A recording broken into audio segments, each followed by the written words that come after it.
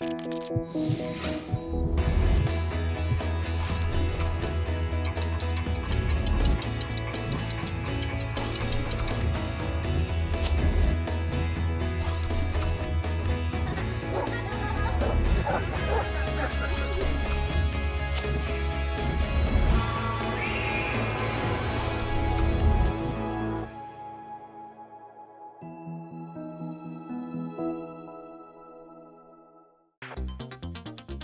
enfermedad poco común sobre la cual la mayoría de las personas no han oído hablar o saben poco es el síndrome de Guillain-Barré.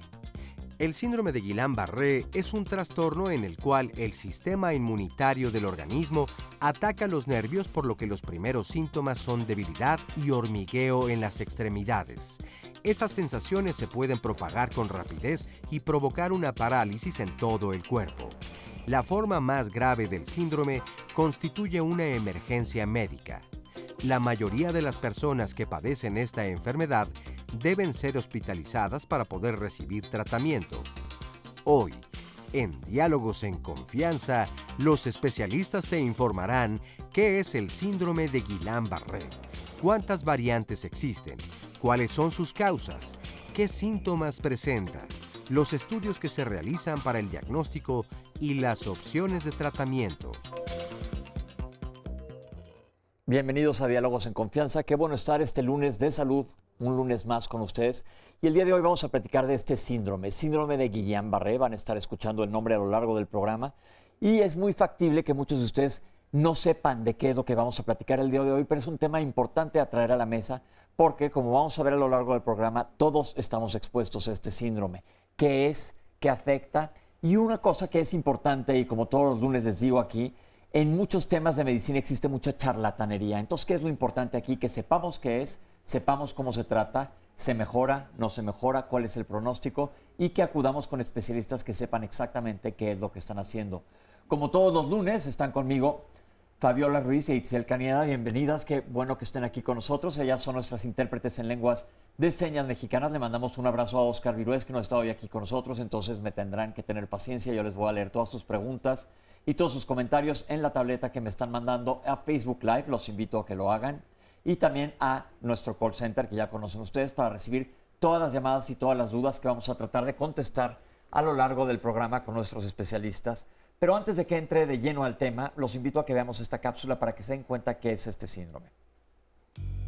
El síndrome de Guillain-Barré es una polineuropatía aguda autoinmune, que básicamente quiere decir que es una enfermedad que afecta a muchos nervios en poco tiempo y que es dada por una alteración en el sistema inmune. Toma su nombre de las personas que inicialmente la descubrieron. El síndrome de Guillain-Barré surge por una respuesta del sistema inmune que ataca a los nervios periféricos. Esta respuesta del sistema inmune se piensa que está condicionada por una infección previa que por lo regular ocurre unas 4 semanas previas al síndrome, y mediante un mecanismo que se llama mimetismo molecular, el sistema inmune reconoce algunas moléculas de la superficie del nervio similares a los microorganismos que originalmente causaron esta infección, y de esta manera monta una respuesta inflamatoria y daña el nervio de manera secundaria. Básicamente es una respuesta mediada por anticuerpos y por varias células del sistema inmune.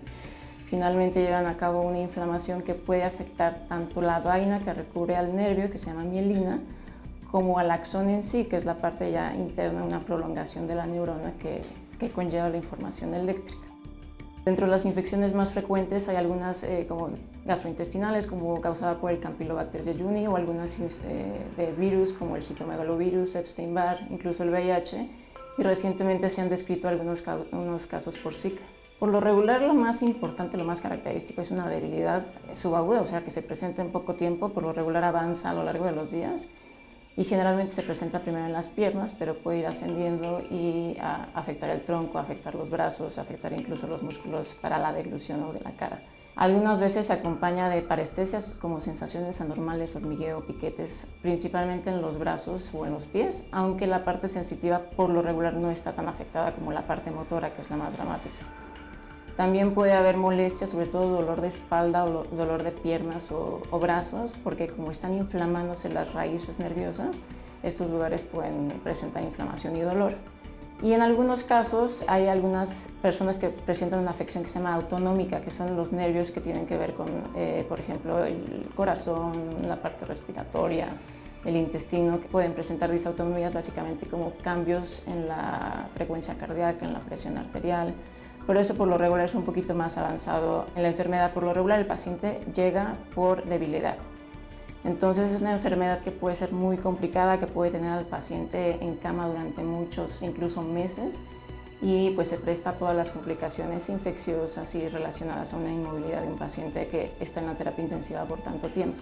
Es una enfermedad que afecta a hombres y mujeres prácticamente de todas las edades, incluso hay reportes de niños con esta afección, pero por lo regular es un poco más frecuente mientras más grande es la persona y es un poquito más frecuente en hombres que en mujeres.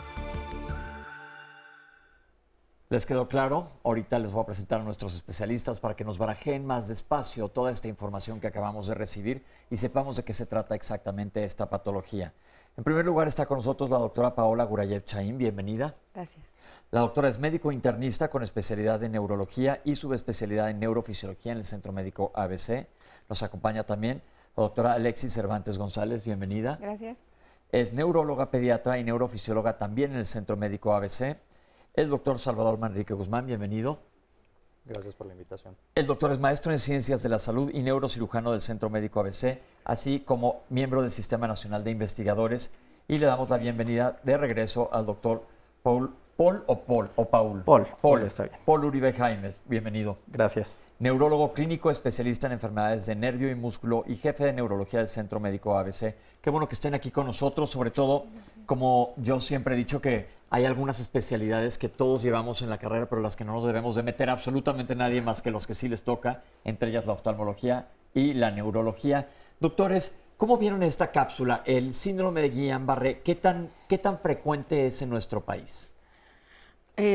Bueno, mira, la incidencia a nivel mundial, más o menos en el adulto, es de más o menos 0.4 a 4 casos por cada 100,000 habitantes. En México hay pocas estadísticas al respecto. Hay una estadística que maneja el reporte de la Secretaría de Salud que abarcó del 2000 al 2008 y se reportaron 4 casos por millón de habitantes. O sea, realmente es una enfermedad rara.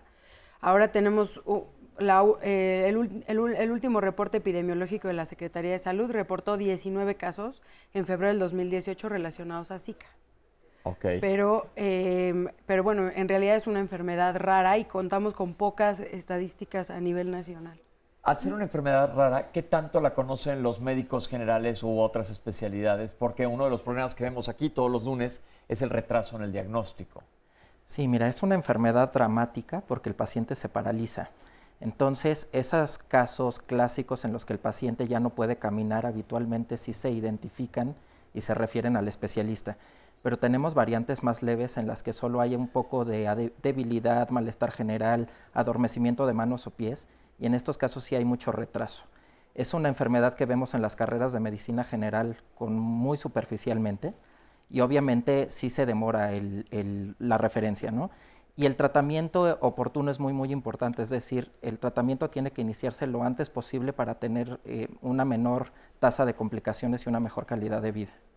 Ok, vamos a desglosar lo que vimos en la cápsula. Se habló que tenemos un sistema inmunológico, el cual hemos platicado en muchas ocasiones. Recuerden que tenemos nosotros todo un ejército, que es el sistema inmune, que se dedica a defendernos contra factores agresores externos. Y aquí se habló de un mimetismo, como nos explicaron en la cápsula, que dice el sistema inmune se confunde y ataca algo propio. ¿Estoy bien? Así es. ¿Podemos decir que esta es entonces una enfermedad autoinmune? Recuerden cuando platicamos de lupus o de artritis reumatoide, este tipo de autoinmunidad en donde nuestro sistema se amotina contra nosotros mismos. ¿Nos pueden explicar cuál es la diferencia? Nos explicó la doctora en la cápsula que afecta nervios motores y periféricos. ¿Qué quiere decir esto?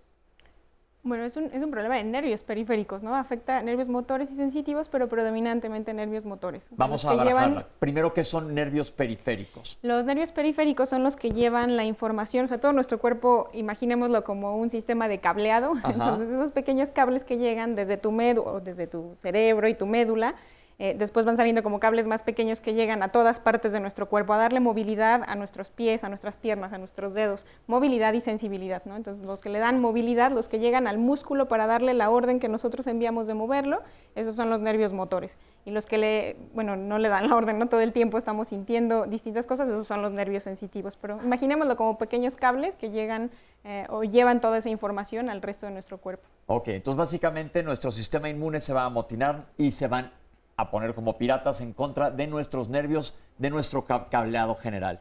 ¿Qué es lo que van a afectar? ¿Qué estructuras afectan en el nervio? La banda de mielina. ¿Qué es? Es una parte fundamental en el nervio que permite que la conducción eléctrica se lleve, como bien lo dijo, en el sistema de cableado de una forma efectiva. Si ese sistema de cableado, o como en cualquier sistema de cableado que hay en casa, se despule, se pierde esa capa protectora, la conducción va a ser deficiente y finalmente del otro lado, hacia donde se recibe o hacia donde va la información, simplemente no se recibe y no se ejecuta lo que se sustentó que se hiciera. Doctora. No, y hay variantes que pueden afectar al axón, que es, digamos, o sea, el nervio tiene una parte interna, como un cable que lleva el impulso eléctrico, y la banda que dice Salvador que lo recubre, que es la banda de mielina. Entonces hay variantes del Guillain-Barré que afectan la mielina y variantes del Guillain-Barré que afectan al axón, o sea, la parte que va adentro. Pensemos como un cable, el cable del radio, ahora ya todo es wireless, entonces ya no hay cables, pero ¿se acuerdan cuando cualquier cable de sus audífonos está cubierto de una banda como de plástico o de caucho tenemos nosotros, pero cuando se pelan, que después de un rato siempre se están rompiendo cerca de donde lo conectas, ahí vamos a ver que hay unas fibras que conducen. Es exactamente igual un nervio y la doctora nos acaba de explicar, ¿se afecta por adentro el nervio o se afecta esta banda? Como sea, cualquiera de las dos nos van a afectar la movilidad. Cuando yo estudié, me acuerdo que decíamos que era una parálisis ascendente. ¿Sigue siendo este el término? Sí, es así. Es un cuadro que empieza habitualmente en las piernas. El paciente tiene hormigueo en las manos y los pies unas horas antes. Habitualmente horas o días después empiezan con debilidad para caminar. En los pies se empiezan a tropezar, empiezan a tener alteraciones para el equilibrio, caminan como borrachitos. Y ya unos días después esta debilidad va subiendo hacia los muslos, después al tronco, a los brazos, y en los casos más graves afecta también los músculos para tragar. O sea, los pacientes salivan mucho, ya no pueden comer y pueden tener falla respiratoria porque tienen incluso debilidad para respirar, ¿no? Que estos son los casos más graves que sí requieren atención en terapia intensiva. Ahora, por fortuna, no todos los casos evolucionan al grado máximo, pero sí el cuadro clásico que lo sugiere muchísimo y que todo médico general debe estar atento es a una debilidad que empieza en los pies y en los siguientes días va subiendo hasta involucrar brazos y tronco. Perfecto. Vamos a ver un testimonio que tenemos en cápsula para ver cómo lo viven los pacientes. Tenemos esto. Tengo 57 años y padecí el síndrome de Guillain-Barré. Los primeros síntomas que yo empecé a sentir, a darme cuenta, fue a principios de marzo del 2010 y me empezaron a salir ronchas en las axilas y después de unos días empecé yo a sentir un cosquilleo y un hormigueo en las piernas que fue subiendo poco a poco y se me fue yendo a los brazos. Fui al médico, primero por lo de las ronchas, pensé que yo estaba intoxicado, que había comido algo en mal estado, pero no, cuando voy a la revisión el médico me hace un chequeo general y ve que mis ojos están amarillos, entonces me dice que es muy probable que tenga yo hepatitis. Después de los chequeos, ya con los resultados, vimos que esta hepatitis no era una hepatitis común. Vimos que no había sido así, que no había sido viral. Entonces eso llamó mucho la atención del médico y dijo, aquí hay otra situación que te puede estar pasando. Posteriormente a esos estudios es cuando me vienen estos síntomas de cosquilleo, de picazón también, ¿sí? De piquetes. Entonces es cuando empiezo yo a perder fuerza en las piernas y en los brazos. Ya estando en el hospital ya no salí, me quedé ahí, pero antes me estuvieron haciendo varios estudios porque empezaba yo a tener dificultades. El ritmo cardíaco se aceleraba y empezaba yo a tener dificultades para respirar. Entonces, en esa misma noche se toma la decisión de que me hagan una traqueostomía.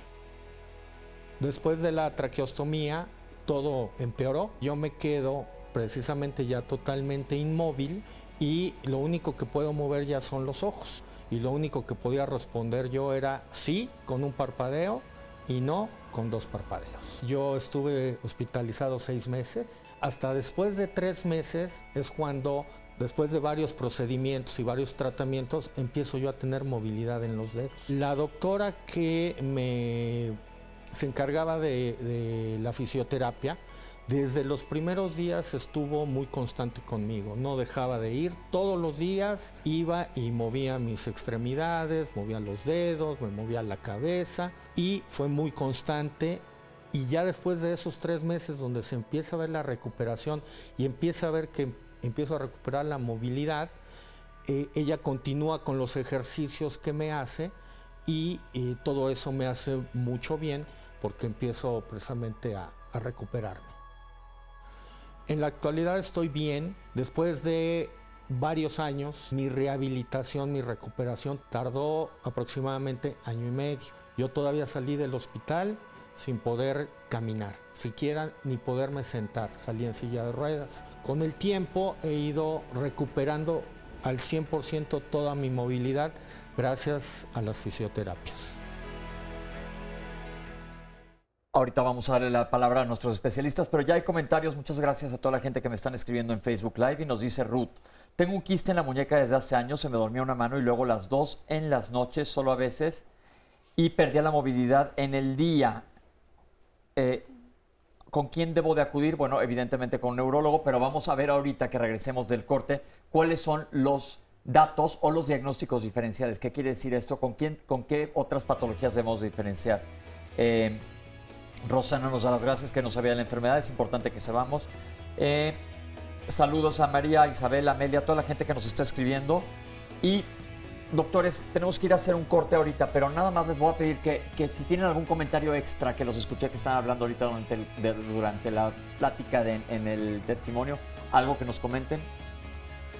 No, pues estábamos comentando sobre el antecedente de infecciones y lo importante que es para poder llegar al diagnóstico. Esto es bien importante porque nos comentaron en el testimonio que empezó con un rash que le salió en el cuerpo. Pensemos en algo infeccioso, no se asusten. Ahorita que regresemos del corte vamos a explicar exactamente qué infecciones puede haber antes de que se presente esta patología, y lo importante es que sepamos reconocerla a tiempo. Pero vamos a hacer un corte y regresamos con ustedes. No se vayan.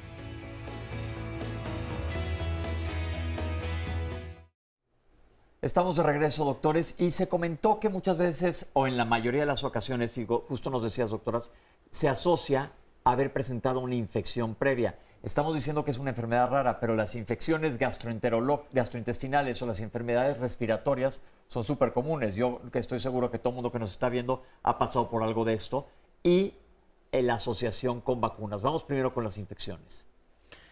Bueno, mira, en más o menos 50% de los casos se identifica con claridad el antecedente de una infección previa, unas semanas, un par de semanas previo al desarrollo del síndrome. Y bueno, es un poco estacional, ¿no? La epidemiología, pero en México el organismo más asociado se llama Campylobacter jejuni, que da una infección gastrointestinal. Pero también se ha asociado con virus respiratorios, otro tipo de virus como citomegalovirus, virus de Epstein-Barr, virus del herpes, de la varicela zoster. Y unas semanas después del cuadro infeccioso, entonces se monta esta respuesta inmunológica aberrante contra el nervio periférico. Estos gérmenes de los que habla la doctora no son tampoco tan comunes en cuanto a infecciones respiratorias, porque no quiero causar una paranoia a todo el mundo que nos está viendo. Híjole, ya me dio una gripa, no vaya a ser. Estamos todos expuestos, pero son menos frecuentes, que eso es una cosa importante decir para no causar pánicos, pero se mencionó que también puede ser en asociación a una vacuna, y hemos visto que ha sido una tragedia la gente que se dedica a hacer campaña antivacuna, porque es importantísimo que nos vacunemos, por eso estamos la mayoría aquí sentados gracias a las vacunas. ¿Pero qué hay de esto? Claro. Pues yo creo que es un tema bastante importante porque mucha gente justo le da miedo ya el proceso de vacunación porque lo asocian a muchas enfermedades. Y creo que justo en Guillain-Barré, como sabemos, hay un estímulo antigénico previo, ¿no? Una infección, algo que desencadena esta respuesta de mimetismo que ya platicamos. Muchas veces o en años previos se asoció a diferentes tipos de vacunas, de influenza, la triple viral, pentavalente y demás, y esto generaba, justo como tú lo mencionas, pánico. O sea, no le voy a poner la vacuna a mi hijo porque le puede dar un Guillain-Barré, pero no nos preocupaba que les dieran esas otras infecciones, Claro. ¿no? Sarampión, rubiola, que realmente pueden dejar secuelas muy, muy graves, y que eran infecciones que cada vez veíamos menos y nuevamente, desgraciadamente, vamos a ver seguramente un repunte. Entonces, la Federación de la Administración de Drogas y Fármacos, la FDA, que es como este órgano que rige o regula toda la administración de todos los biológicos y fármacos y demás, pues ha hecho muchas recomendaciones sobre la vacunación y la no asociación con este tipo de enfermedades. En el 2005, por ejemplo, se asoció a la vacuna contra meningococo, y en el 2009 se revierte este comunicado, dicen que no hay ninguna asociación clara de este tipo de vacunas triple viral, pentavalente, meningococo, influenza, con el desarrollo de Guillain-Barré. No se puede hacer una asociación de causalidad. Entonces, eso es algo importante para que la gente lo tome en cuenta. El punto que quede claro es que no hay asociación con vacunas. Se habló de eso en el pasado, pero ya se revirtió, que fue el mismo caso de cuando se habló de autismo en una revista muy importante médica, y la misma revista se retractó, pero la gente antivacunas se ha dedicado a decir que entonces no hay que vacunar. Claro. Pero no, es peor. No se vale decir a alguien, yo no le voy a poner la vacuna de la polio a mi hija porque me da miedo de que le vaya a dar un efecto colateral y al rato tenga polio. Entonces esté sin poder caminar por el resto de la vida por una mala decisión de los padres. Por eso es importante siempre estar bien informado. Ahora tenemos una cápsula que nos habla de diferentes variantes del síndrome. Porque tengo, por ejemplo, una pregunta. Me dice Alejandro Muñoz, ¿cómo diferenciar un hormigueo ocasionado por mala circulación de uno generado por la enfermedad de Guillain-Barré? Te lo vamos a contestar ahorita más adelante, que hablemos de los diagnósticos diferenciales. Primero vamos a ver esta cápsula que nos enseña las diferentes variantes de esta enfermedad. Las variantes del síndrome de Guillain-Barré, bueno, son varias. En principio se pensaba que era solamente una enfermedad, ahora se sabe que es un síndrome que tiene un espectro de presentación amplio. Y la más frecuente, por lo menos en Estados Unidos, en Europa, que representa cerca de un 90% de los casos, es la polineuropatía aguda desmielinizante inflamatoria, por las siglas en inglés IDP, que básicamente lo que presenta es un daño hacia la mielina, que es la capa del nervio, y este daño eventualmente causa problemas en la conducción de la transmisión del impulso eléctrico. Es una variante en la cual el cuadro clínico es muy similar al que les comenté inicialmente, una debilidad principalmente que empieza por las piernas, que va ascendiendo, que puede tener una variabilidad en cuanto a la gravedad de la pérdida de la fuerza. Por lo regular, esta variante se recupera a lo largo de semanas o meses y puede recuperarse completamente. En México y muchos lugares de Asia, la variante más frecuente es la axonal, es decir, lo que se daña en este caso es el axón. Y hay dos variantes principales dentro de este daño. Una es la que involucra solamente las fibras motoras. Esta por lo regular presenta un cuadro clínico no tan dramático y también suele tener una recuperación completa. Y la variante Asman, que es básicamente también axonal, pero además del involucro motor hay un involucro sensitivo. Por lo regular aquí se piensa que el daño es más extenso. Por desgracia, esta variante se asocia con una menor tasa de recuperación y tiempos más prolongados intrahospitalarios. O sea, los pacientes tienen debilidad más profunda, por lo regular de los músculos respiratorios, muchas veces tienen que estar intubados, se tardan meses en recuperarse y muchas veces la recuperación no es completa, o sea, se quedan con algún déficit motor o algún problema relacionado a esta enfermedad.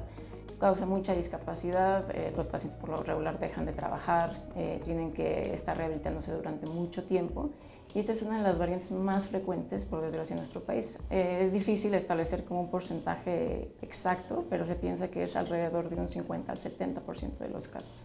Hay otras variantes que involucran más a los músculos de los ojos y por lo regular son menos dramáticas, pero pueden afectar de manera importante la movilidad de los ojos. Suelen acompañarse de algunos problemas de coordinación o de un movimiento no tan fluido. Y estas variantes se llaman más de Miller-Fisher. Afortunadamente hay como una prueba diagnóstica muy útil en estos casos que permite establecer el diagnóstico con más exactitud. Y también se trata de manera similar como las otras variantes del Guillain-Barré. Pero dentro de este síndrome de Miller-Fisher hay algunas otras como el cuadro puede ser un poquito más complejo y presentar incluso en algunos casos encefalitis, que es un problema que causa deterioro cognitivo, alteraciones en la cognición. Hay un síndrome que se llama fascio cervicobraquial, que básicamente en vez de que la debilidad empiece por las piernas, es más una debilidad facial del cuello y de los brazos. Entonces son variantes que si uno no está familiarizado con su existencia pueden no ser diagnosticadas como un síndrome de Guillain-Barré.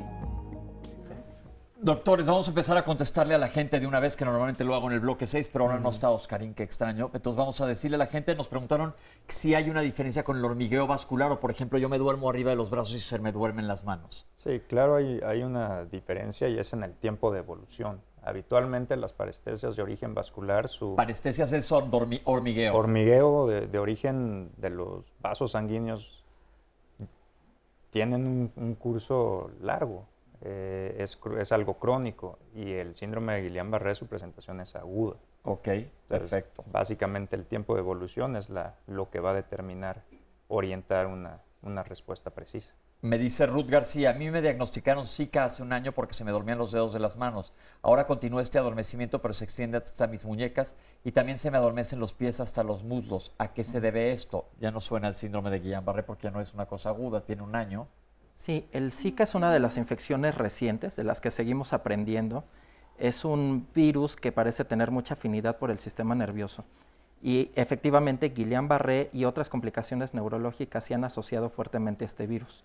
En el caso específico de Zika tenemos también una variante crónica, donde el virus causa el mismo daño al nervio, pero en forma muy, muy lenta, que se va deteriorando, igual que en el Guillain-Barré, pero en el transcurso de semanas o meses. Aquí la gran ventaja es que como el caso no es tan abrupto y tan repentino, nos da tiempo de estudiarlo, de tomar decisiones, y es rarísimo pensar que el paciente pueda llegar a una parálisis, ¿no? Ok. Entonces la recomendación aquí para la persona que nos habló es que vaya al neurólogo a hacerse estudios de una buena vez. María Luisa Hernández nos dice, yo padezco Guillain-Barré, no puedo caminar, por lo que quisiera que me pusiera en contacto con algún especialista. Van a aparecer los datos en pantalla de nuestros invitados. Soy licenciada en Ciencias Políticas y Administración Pública y simplemente ya solo estoy medicada. No puedo hacer todas mis actividades, presento muchos problemas físicos, persisten mucho las dolencias y de plano no puedo recuperarme. Llamo de Papalotla, Tlaxcala, saludos hasta allá. De acuerdo a su caso y a petición del... Bueno, aquí van a aparecer los datos de nuestros especialistas por si quieres una segunda opinión. Y nos preguntan en Facebook Live. A mí hace 13 años y medio, dice Gina Rubio, me dio síndrome de Guillain-Barré después de una fuerte gripa y me dijeron que fue atribuido, que fue atípico y me dejó secuelas. Sigo sin caminar, perdí la sensibilidad y el tacto y el equilibrio. Pregunto si hay un medicamento para estas secuelas. Y otra pregunta es, ¿tener otras enfermedades autoinmunes predispone a este síndrome? Por ejemplo, tener lupus, tener artritis, ¿se asocia? No. No, ok. Entonces no estás en peligro si tienes una de estas enfermedades, sino cualquiera de las situaciones infecciosas. Ahora, en cuanto al pronóstico y el diagnóstico diferencial, porque dicen, generamos miedo de decir, híjole, se me duermen las manos, a todos se nos ha dormido algo alguna vez. ¿Cómo se hace un diagnóstico clínicamente hablando? Bueno, el diagnóstico lo basamos en tres cosas. Primero, bueno, la presentación clínica y la exploración física, que obviamente siempre pues, nos marcan el camino a seguir. En el Guillain-Barré nos apoyamos de dos herramientas diagnósticas. En primera, una es la punción lumbar. Se hace una punción en la espalda del paciente para sacar líquido cefalorraquídeo y en ese líquido lo que se busca es una elevación anormal de proteínas. Y en segundo lugar, los estudios neurofisiológicos, que son los estudios de conducción nerviosa principalmente, en los cuales vemos exactamente qué porción del nervio está afectada, si el axón o la vaina de mielina, como ya dijimos, y si efectivamente se cumplen con los criterios del síndrome de Guillain-Barré, porque hay muchas enfermedades que pueden parecerse al Guillain-Barré. Ok, tenemos una cápsula justamente que nos habla de cómo debe diagnosticarse esta enfermedad, que es en base a lo que nos dijo la doctora. Vamos a verla. El diagnóstico de Guillain-Barré es básicamente clínico, o sea, se basa en la historia que nos cuenta el paciente, el antecedente de una infección, por lo regular gastrointestinal o respiratoria. Algunas veces puede ser el haberse puesto una vacuna, también un antecedente importante. Y lo que nosotros exploramos cuando llega el paciente, que por lo regular es una debilidad importante, sobre todo en las piernas, acompañado de alteraciones en los reflejos. Y tratamos también en nuestra exploración de ir descartando otras cosas que nos puedan parecer que no van tanto, que no son tan compatibles con esta enfermedad. Ya que tenemos como un cuadro clínico compatible, lo que hacemos es hacer pruebas diagnósticas que puedan apoyar esta entidad Dentro de las más importantes se hace una punción lumbar, que es básicamente sacar líquido de la espalda, con el objetivo de analizarlo. Y un hallazgo característico de los líquidos de estos pacientes es algo que se llama una disociación albúmino-citológica, que es básicamente que hay una elevación en las proteínas del líquido cefalorraquídeo y las células se encuentran prácticamente normales. Se piensa que este fenómeno es dado por la inflamación importante a nivel de las raíces nerviosas, que hace que sean más permeables a las proteínas, y las proteínas del plasma pueden llegar a pasar a este lugar y elevar las proteínas del líquido cefalorraquídeo. Esto como por un aumento de la permeabilidad de la barrera de la sangre y el nervio. Este hallazgo es más común encontrarlo al menos una semana después del inicio de los síntomas, y se hace muy tempranamente puede salir normal. Y generalmente conforme va avanzando el tiempo es más frecuente encontrar esta normalidad. Si encontramos muchas células en el líquido cefalorraquídeo, por lo regular esto nos hace pensar que pudiera tratarse de otra enfermedad. Hay que descartar sobre todo que no haya una causa infecciosa que pueda estar dando un cuadro similar. Otro estudio extremadamente importante que apoya el diagnóstico son los estudios de electrodiagnóstico que se realizan con un equipo como el que tengo aquí atrás.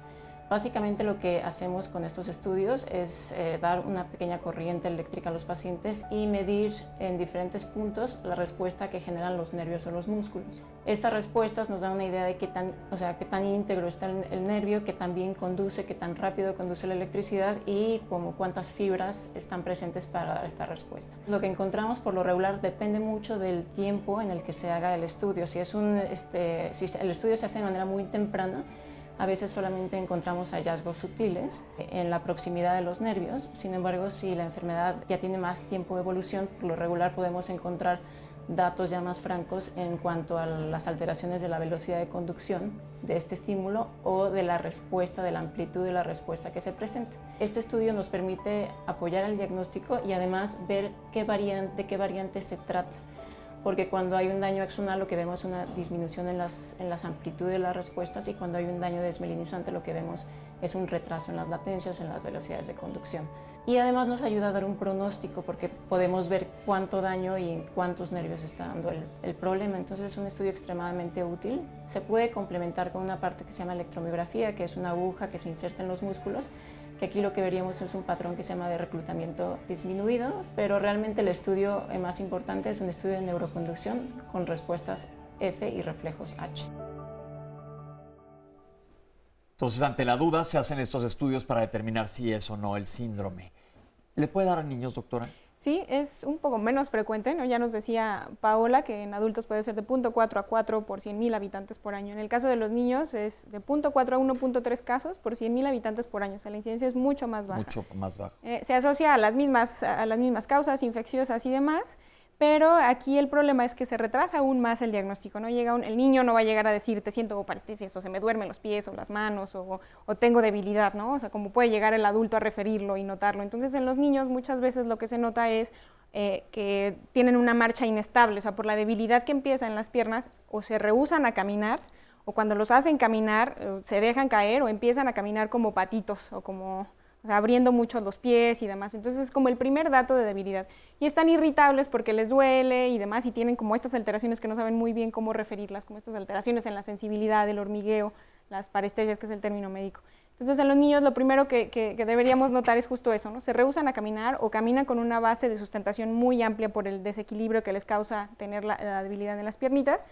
Y después de eso, pues ya cuando francamente se ve la debilidad que va ascendiendo y afectando otros músculos, pues ahí es inminente el ir a urgencias. Pero finalmente, si alguien nota algo de esto en un niño, tiene que buscar atención médica. Perfecto. Nos dice Angélica, en septiembre del año pasado, una de mis cuñadas empezó a tener los síntomas que están mencionando. Acudió al ISSSTE y al menos 2 veces la regresaron creyendo que lo que tenía era psicológico. Una doctora particular le diagnosticó el síndrome de Guillain-Barré y que tenía que ser hospitalizada. No se le dio atención necesaria en el ISSSTE y falleció 4 meses después. Lo sentimos muchísimo. ¿Qué tan común es que se confundan con otro tipo de sintomatología? Porque pues la parálisis es real. Claro. Sí, mira, tenemos neuropatías, estas enfermedades de nervio periférico. Si vamos a un libro, tenemos más de 1,300 causas. Entonces, la verdad es que Guillain-Barré es solo una de tantas, ¿no? Obviamente es labor del médico ver que el cuadro sea compatible, hacer un examen físico detallado y encontrar las alteraciones como la pérdida de reflejos, alteraciones de sensibilidad y todo esto que nos hace pensar en el síndrome. Obviamente cuando el cuadro está muy inicial y todavía no hay la debilidad franca, se puede confundir con lo que sea. Y es por eso que muchas veces se retrasa el diagnóstico, ¿no? Pero algo importante que hemos repetido mucho es que por fortuna es una enfermedad muy poco común. Entonces, para no causar pánico generalizado en que empiezo a sentir hormigueo en las manos y en los pies y me voy a paralizar, pues no, lo más común es que eso no pase, ¿no? Y si en verdad aparece la debilidad, ahí ya no hay duda. Es un cuadro muy, muy clásico, en donde pocos médicos tendrían la duda de que están viendo un Guillain-Barré. Y obviamente por la parálisis es una enfermedad que puede asociarse a muerte. Es baja, la tasa de mortalidad es muy baja, es del 1%, 1 de cada 100 pacientes con Guillain-Barré, si reciben atención y sin atención un poquito más, pero sí es... Espérame un segundo, tenemos que irnos a un corte, perdón que te interrumpa, ahorita vamos a regresar a retomar lo que nos está platicando el doctor, pero vamos a un corte y regresamos con ustedes, no se vayan.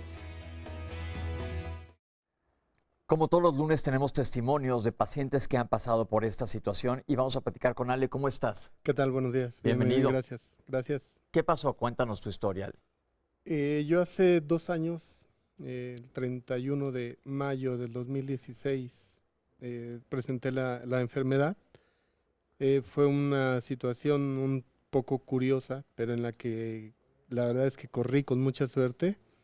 Yo tuve una infección estomacal, a la siguiente semana... A ver, te voy a ir barajeando, te voy a ir llevando lento para que le platiques bien a la gente. Ya. ¿Te enfermaste el estómago? ¿Habías ido a comer unos tacos, un pozole, lo que sea, y te cayó algo mal? Exactamente, tuve un tratamiento de antibiótico, se terminó, y a la siguiente semana empecé con molestias como si fuese gripa, digámoslo así, pero con un síntoma raro, que era un dolor en las manos, como si hubiera hecho mucho ejercicio, como cuando podas un jardín con tijeras, todo el antebrazo dormido. Entonces fue un síntoma que se me hizo un tanto raro, y por cuestiones de trabajo se me ocurrió pasar a urgencias del hospital para que me dieran algo nada más para que se me quitara el malestar. Y de ahí pues ya no salí en 10 días. ¿Qué te dijeron? ¿Qué te dijeron en urgencias? En urgencias simplemente me detuvieron por el antecedente de la infección estomacal. Me atendió un infectólogo posteriormente, y él, ante la explicación que le di de todo lo que había pasado, simplemente me dijo: para mí es esto, es Guillain-Barré, pero yo no te lo puedo diagnosticar, pero tampoco te puedo dejar ir por los riesgos que esto conlleva. Entonces él me contactó con la neuróloga, me revisaron posteriormente, y a los 2 días yo ya estaba recibiendo el tratamiento. ¿Te quedaste internado? Me quedé internado 10 días. ¿Cuántos días después de que apareció la enfermedad gastrointestinal empezaste con la molestia en tus brazos? Prácticamente a la siguiente semana. ¿Y evolucionó o se quedó localizado en los brazos?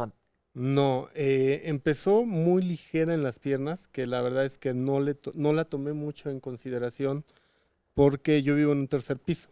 Entonces al subir las escaleras sentí como un poco de cansancio, pero nada más allá. ¿Le comentaste eso al neurólogo? Sí, pero a mí lo que me llamó la atención fue el dolor en los antebrazos. Pero, eso fue lo que me llamó la atención. Ya que estabas internado, ¿qué pasó? Ya que estaba internado, empezó a progresar la debilidad. Ah, ok, entonces sí hubo progresión. Sí, yo digo, en ese tiempo se me hizo fácil decir: voy a trabajar desde aquí, no pasa nada.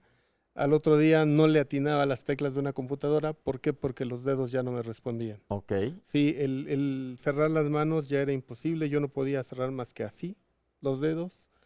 Y fue avanzando, de tal manera que cada vez fue caminar más como pingüino, muy pegado, y en cuestión de días, si estuviste 10 días internados, todo esto pasó. Y molestias al tragar. Okay. No podía tragar, tenía que hacer un doble esfuerzo para tragar, y afortunadamente en esos 10 días como que disminuyeron un poquito estos síntomas, pero cuando me voy a casa esto continúa con una parálisis facial. ¿Cómo te sentías emocionalmente hablando? Te pega mucho, te cambia la vida de un día para otro, porque sí, la verdad llegas a pensar en me voy a quedar si me duermo, me paro mañana o no, o qué sucede, ¿no? En mi caso en particular tengo 2 niñas, y si ya no piensas tanto en ti, ¿no? Sino en, ok, si aquí me quedo, ¿qué va a pasar? Dime una cosa, ¿te hicieron los estudios que vimos en la cápsula? Sí, claro. Y de ahí te dieron el diagnóstico y empezaste con tratamiento, del cual vamos a hablar ahorita un poco más adelante. Exactamente, fueron 8 días de tratamiento. Te dieron de alta y todavía ya dado de alta empezó lo de la cara. Exactamente. ¿Y te recuperaste al 100% en cuánto tiempo? Mira, hoy te puedo decir no estoy recuperado al 100%. ¿Qué te falta? Todavía hay ciertas molestias de repente musculares, debilidad. Por ejemplo, si haces un movimiento no muy común, tiende como a sentirse dormir el brazo. O por ejemplo, cuando comes, si forzas mucho la mandíbula, como que se te adormece un poco.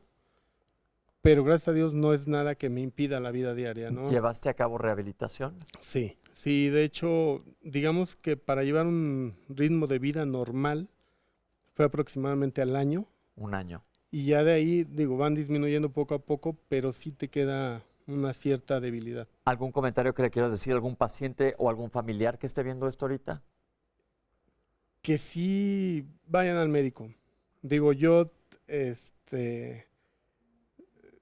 como te diré, sí soy muy mal acostumbrado de no ir al médico.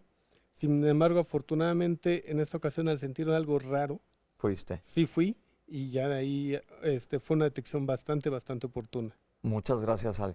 Doctores, uno de los lemas que tenemos aquí, Oscar y yo, los lunes es: mientras más temprano el diagnóstico, mejor va a ser el pronóstico. ¿Qué tanto aplica eso para esta enfermedad? Completamente. Hay una relación directa, por supuesto, entre el pronóstico y la velocidad del diagnóstico y, por supuesto, el inicio del tratamiento. Indiscutiblemente, mientras más se retrase el diagnóstico y, por supuesto, inicie el tratamiento, el pronóstico va a ser menos favorable para el paciente. Aquí tuvo mucha suerte Ale, qué bueno por el infectólogo que sospechó que algo estaba ocurriendo y se le hicieron los estudios de manera oportuna, pero vamos a leer a ver qué nos comentan algunas personas. Dicen, ¿me puede repetir este síndrome? Yo ya lo pasé en el pasado, ¿se me puede volver a pasar? Es raro, pero más o menos 2 a 5% de los pacientes pueden experimentar alguna recurrencia. Ok. A mi hija le dictaminaron neuropatía desmielinizante de acción y ella no camina y sus brazos los mueve muy poco. ¿Quiere ver si esto es lo mismo o es otra patología? Si se instaló de forma muy rápida es posible, pero otra vez, lo que define al Guillain-Barré es el tiempo. Si fue algo más lento es poco probable. Ok. Dicen que ¿cuánto duran las secuelas? Aquí vimos que Ale está a un par de años y está bastante bien, pero todavía tiene alguna que otra situación o es variable de paciente a paciente. Más o menos 80% a los 6 meses están caminando de nuevo y 84% al año están caminando de nuevo.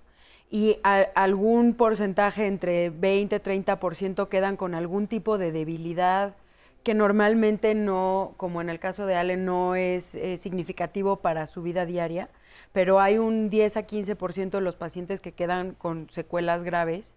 Un 15%. Más o menos. ¿Y depende de qué? En primera, de la variante. Que ya las vimos en una variantes cápsula, axonales, sí, las que afectan el cable del nervio, tienen peor pronóstico que las variantes que afectan la mielina y en segundo lugar del tratamiento temprano. Ok, a mi papá le recetaron unas vitaminas con lisado de pepsina. ¿Esto funciona? No. Ok. Buenos días, yo he padecido mucho del estómago de colitis. Tengo 6 meses que me despierto con dolor en las piernas, en el tronco y la rodilla. Tuve problemas con mis dedos, me dijeron que es el túnel del carpo. ¿Saben si en Tuxtla hay alguna clínica que puedan diagnosticar este padecimiento? Bien, tú hablas de gastritis y colitis, esto no es un problema infeccioso agudo. Y los síntomas que tienes, hablas también de una cronicidad, que entonces es poco probable que se trate de esto. Pero si tienes síntomas motores, que te revise un neurólogo, nunca está de más. Pero no queremos crear pánico, no se asusten. Esto es una situación aguda, como acabamos de ver en las cápsulas, nos lo están explicando los especialistas. Vamos a pasar a, ya tenemos el diagnóstico, ya sabemos exactamente lo que es. ¿Tiene alguna importancia o relevancia el tratamiento de la infección previa? Es decir, pasé por un gripón mortal, ¿tiene algo que ver con el tratamiento o tuviste infección gastrointestinal? No, el tratamiento de la infección es independiente. Como este es un mecanismo inmunológico, no depende del tratamiento de la infección en sí, sino del agente infeccioso que hubo antes y que causó esta respuesta inmune alterada. Si el paciente recibió no antibióticos o tratamiento para la infección, no es relevante para que el paciente desarrolle o no la enfermedad.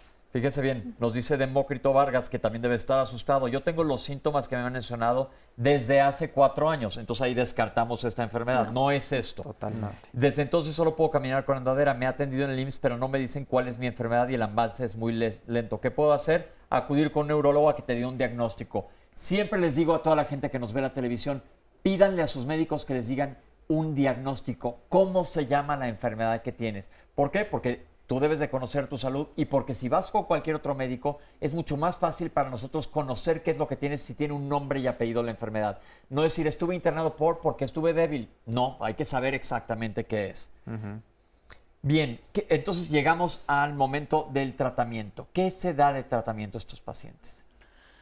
Mira, hay principalmente 2 tratamientos que se dan. Uno es la plasmaféresis, es una máquina que lo que hace es sacar los anticuerpos circulantes del cuerpo y tiene poca disponibilidad en el país.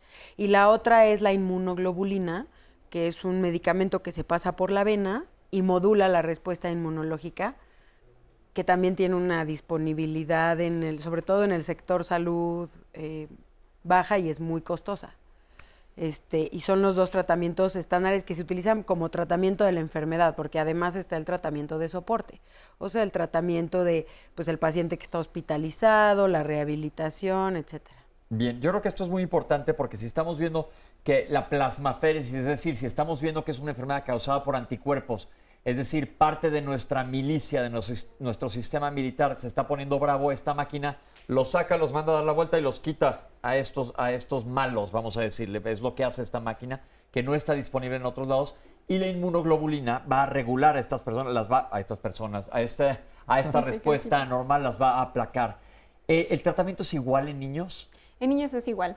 Se puede hacer ambos procedimientos. Se prefiere la inmunoglobulina porque es mucho menos invasiva y realmente el efecto es igualmente bueno, ¿no? Entonces el tratamiento es prácticamente el mismo, pero aquí la sugerencia es buscar un hospital grande que pueda realmente tener el acceso a estas opciones terapéuticas, porque en muchas ocasiones llegan a hospitales un poco más pequeños que ofrecen otro tipo de tratamientos, no necesariamente el de elección, por ejemplo esteroides, que no van a modificar el curso de la enfermedad, ¿no? Esto es importante porque si estamos hablando que no hay acceso Hay en que todos lados al trasladarlo, tratamiento, hay que moverlo. hay que movilizar al paciente a un lugar donde haya tratamiento, porque ¿qué tanto acceso hay a una máquina de plasmaféresis? Digamos, trasladémonos a algún estado, a Guerrero, a Chiapas. ¿Inmunoglobulina? Es mucho más fácil la disponibilidad del medicamento del vial.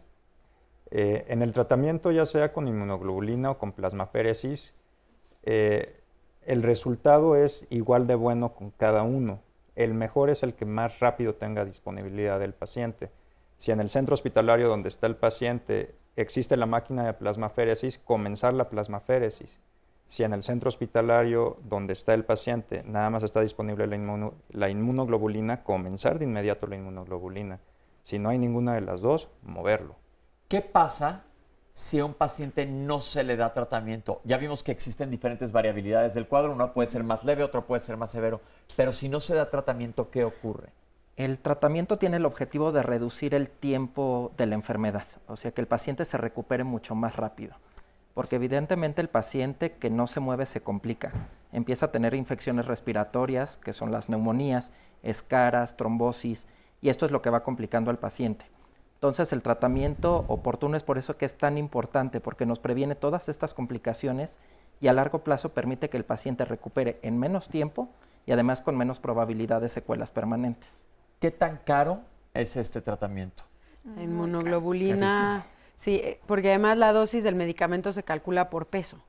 Entonces, pues mira, no manejo precios exactos, pero digo, más o menos un tratamiento en un adulto normal cuesta alrededor de 100,000 pesos o un poco más.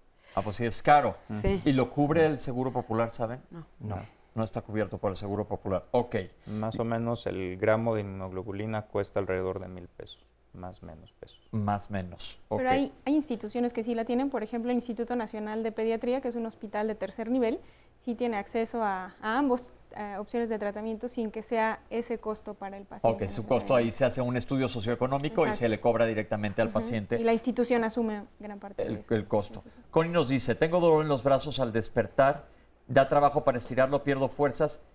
¿En dónde puedo asistir para revisión con especialista? Vamos a poner los datos de nuestros especialistas para que los busques, o en algún instituto en donde haya un neurólogo certificado. Ya sé que suena un poco a disco repetido. Busquen en el Consejo Mexicano de Neurología que un médico esté certificado y esté en tu zona y acude con ese médico. Recuerden siempre pedir esto.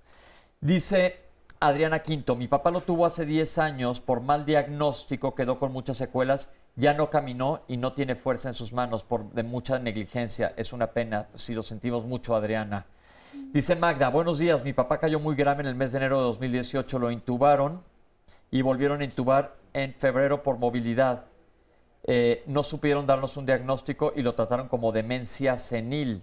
Pues yo creo que no sé qué tanto se confunda con esto, no debería de. ¿Ustedes, doctores? No, la demencia es más lentamente progresiva, da otros cambios mentales que no tienen nada que ver con esto.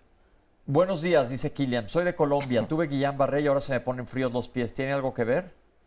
Sí, es parte de las secuelas permanentes que puede haber. El nervio no regenera al 100% y sí, la secuela más importante son cambios en la sensibilidad.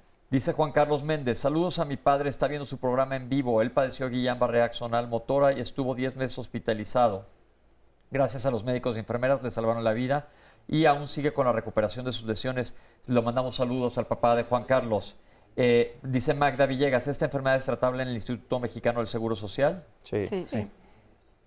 También en el ISSSTE. También en el ISSSTE. Dice Adriana Quinto, quisiera saber si todavía después de 10 años habría algún tratamiento. Después de 10 años, supongo que ya pasó. Es pura rehabilitación. Que ahorita vamos a hablar un poquito más adelante. Este es el tratamiento para atacar la causa de la enfermedad, pero es importantísimo que hablemos, ahorita que regresemos del corte, de todo el tratamiento que va alrededor de esto.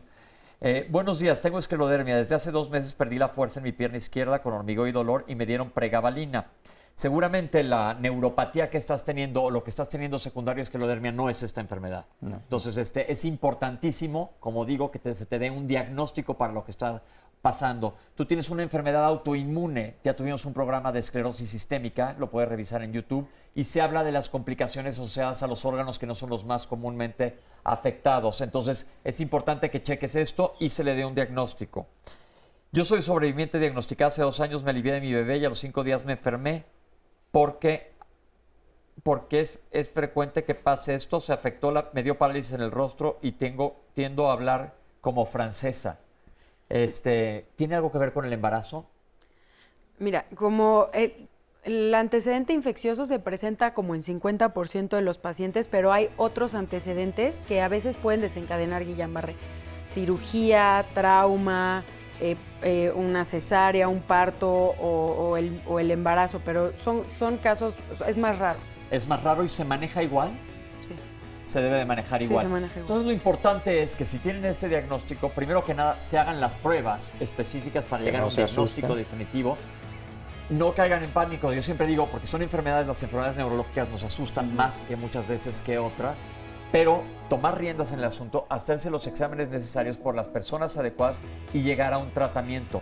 Como le pasó a Ale, muchas veces se manejan dentro del hospital para evitar que vayan a pasar complicaciones, sobre todo, como dijeron, de deglución y respiratoria, que dejan de moverse los músculos, se tienen que intubar las personas. Vamos a hablar ahorita un poco más adelante, regresando del corte, sobre las complicaciones y sobre el resto del tratamiento, que es igual de importante. No se vayan, estamos aquí en Diálogos en Confianza.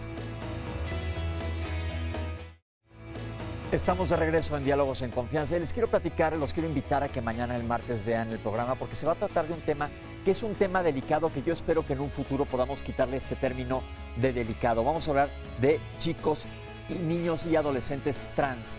Cada vez escuchamos más hablar de la transexualidad, lo estamos viendo en programas, lo estamos leyendo en revistas, pero ¿qué es esto? ¿Es una enfermedad? ¿No es una enfermedad? Fíjense las palabras tan interesantes que dio la doctora Lale Sai, que es la coordinadora del Departamento de Salud Reproductiva de la Organización Mundial de la Salud. La incongruencia de género es una condición persistente en donde la persona experimenta una incongruencia entre su sexo asignado y su género. La transexualidad se eliminó del apartado de enfermedades mentales para enfatizar que no es una condición que por sí misma genere estigma. La decisión de quitarla del apartado de enfermedades mentales no está basada solo en la influencia de grupos de activistas, sino que se tomó como base toda la evidencia científica disponible hasta el momento. Es decir, no es una enfermedad mental. Ahora, ¿qué ocurre cuando tú naces con una anatomía, pero por dentro sientes que eres otra persona, que no estás viviendo lo que te toca vivir. Si a la gente que vemos esto puede que nos cueste trabajo aceptarlo, ¿qué será para estas personas y cómo podemos ser más tolerantes? No se pierdan el programa de mañana. Ahora vamos a ver un resumen de lo que hemos visto hasta ahorita el día de hoy. En realidad es una enfermedad rara y contamos con pocas estadísticas a nivel nacional. Es una enfermedad dramática porque el paciente se paraliza. Es una enfermedad que vemos en las carreras de medicina general muy superficialmente. El tratamiento tiene que iniciarse lo antes posible para tener una menor tasa de complicaciones y una mejor calidad de vida. Afecta a nervios motores y sensitivos, pero predominantemente nervios motores. La banda de mielina. ¿Qué es? Es una parte fundamental en el nervio que permite que la conducción eléctrica se lleve, como bien lo dijo, en el sistema de cableado de una forma efectiva. Empieza habitualmente en las piernas. El paciente tiene hormigueo en las manos y los pies unas horas antes. Habitualmente horas o días después empiezan con debilidad para caminar. Esta debilidad va subiendo hacia los muslos, después al tronco, a los brazos y en los casos más graves afecta también los músculos para tragar y pueden tener falla respiratoria porque tienen incluso debilidad para respirar. Que todo médico general debe estar atento es a una debilidad que empieza en los pies y en los siguientes días va subiendo hasta involucrar brazos y tronco. En México el organismo más asociado se llama Campylobacter jejuni, que da una infección gastrointestinal. Pero también se ha asociado con virus respiratorios, otro tipo de virus como citomegalovirus, virus de Epstein-Barr, virus del herpes, de la varicela zoster. Unas semanas después del cuadro infeccioso, entonces se monta esta respuesta inmunológica aberrante. El Zika es una de las infecciones recientes de las que seguimos aprendiendo. Es un virus que parece tener mucha afinidad por el sistema nervioso. Guillain-Barré y otras complicaciones neurológicas se han asociado fuertemente a este virus. En el Guillain-Barré nos apoyamos de dos herramientas diagnósticas. En primera, una es la punción lumbar y en ese líquido lo que se busca es una elevación anormal de proteínas. Y en segundo lugar, los estudios neurofisiológicos. Son los estudios de conducción nerviosa principalmente, en los cuales vemos exactamente qué porción del nervio está afectada. Soy Valentina Treviño, tengo 34 años y soy de Chihuahua, Chihuahua. Actualmente la directora de la Fundación Síndrome Guillain-Barré México. Soy la directora y fundadora porque a mí me dio síndrome de Guillain-Barré. Entonces soy sobreviviente de esta enfermedad y como sobreviviente me interesé en poder apoyar a más personas que estén pasando por lo que yo pasé. Mi caso fue muy diferente a los de las demás personas porque a mí me dio a los 6 meses. El Guillain-Barré normalmente no le da a bebés. Es muy raro que le dé a un bebé. Normalmente da entre 30 y 55, 60 años. Es el lapso de edad donde hay más casos. Mi hermano menor también le dio síndrome de Guillain-Barré. Entonces somos 2 en la familia, lo cual es rarísimo. Él es 2 años menor que yo, se llama Luis Enrique. Él nació con síndrome de Down y a los 7 meses le dio síndrome de Guillain-Barré. Entonces, este es un caso único en el mundo, al menos en los 48 países donde tiene presencia la Fundación Internacional. No hay un caso igual de 2 bebés en una familia. Y ahí también pues es la relación tan fuerte personal y de mi familia con esta enfermedad. El diagnóstico sí fue rápido. Me diagnosticaron en Chihuahua y les dijeron a mis papás, váyanse a Estados Unidos porque ahí estamos en frontera con El Paso, para ver si sí es y a ver qué pueden hacer ellos allá porque ahí no tenían ni idea.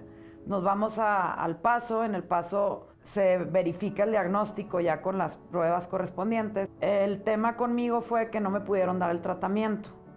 El tratamiento para el Guillain-Barré hay 2, inmunoglobulina o plasmaféresis. Y yo me enfermé en diciembre de 1984 y en 1984 se descubre que la inmunoglobulina sirve para el Guillain-Barré. Los doctores no sabían qué le podía ocasionar el tratamiento a un bebé y no se quisieron arriesgar, entonces no me pusieron el tratamiento.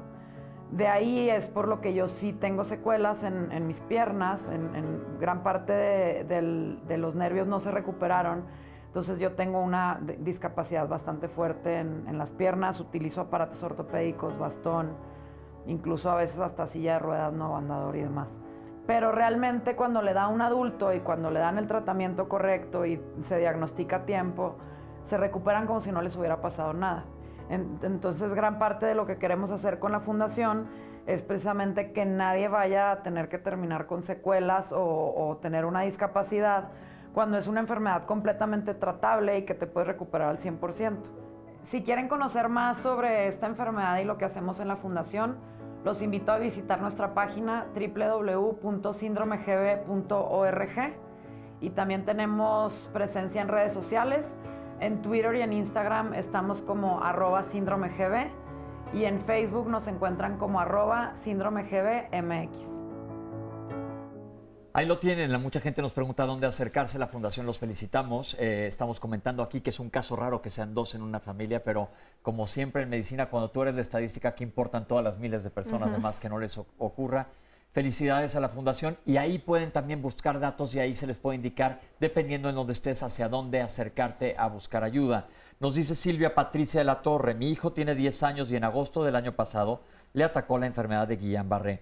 Le afectó todos los músculos al grado de no poder ni sonreír. Estuvo 4 meses hospitalizado y 2 de ellos fue en terapia intensiva. No se sabe cuál es el virus que ataca al cuerpo, pero se requiere mucha actitud, apoyo de la familia y terapias físicas para salir adelante. Aquí ya vimos algunos de los virus que pueden ser, pero no necesariamente tiene que a fuerza ser uno de estos. Puede ser alguna otra enfermedad. Doctora, aquí vimos un caso que son 2 hermanos y les dio desde chiquitos. ¿Qué tan común ven eso ustedes? No es para nada frecuente. Se considera raro en menores de 2 años, mucho más raro en menores de 1 año, y siempre hay que buscar como otras etiologías, ¿no? Puede ser más frecuente, por ejemplo, botulismo o alguna otra condición más que Guillain-Barré.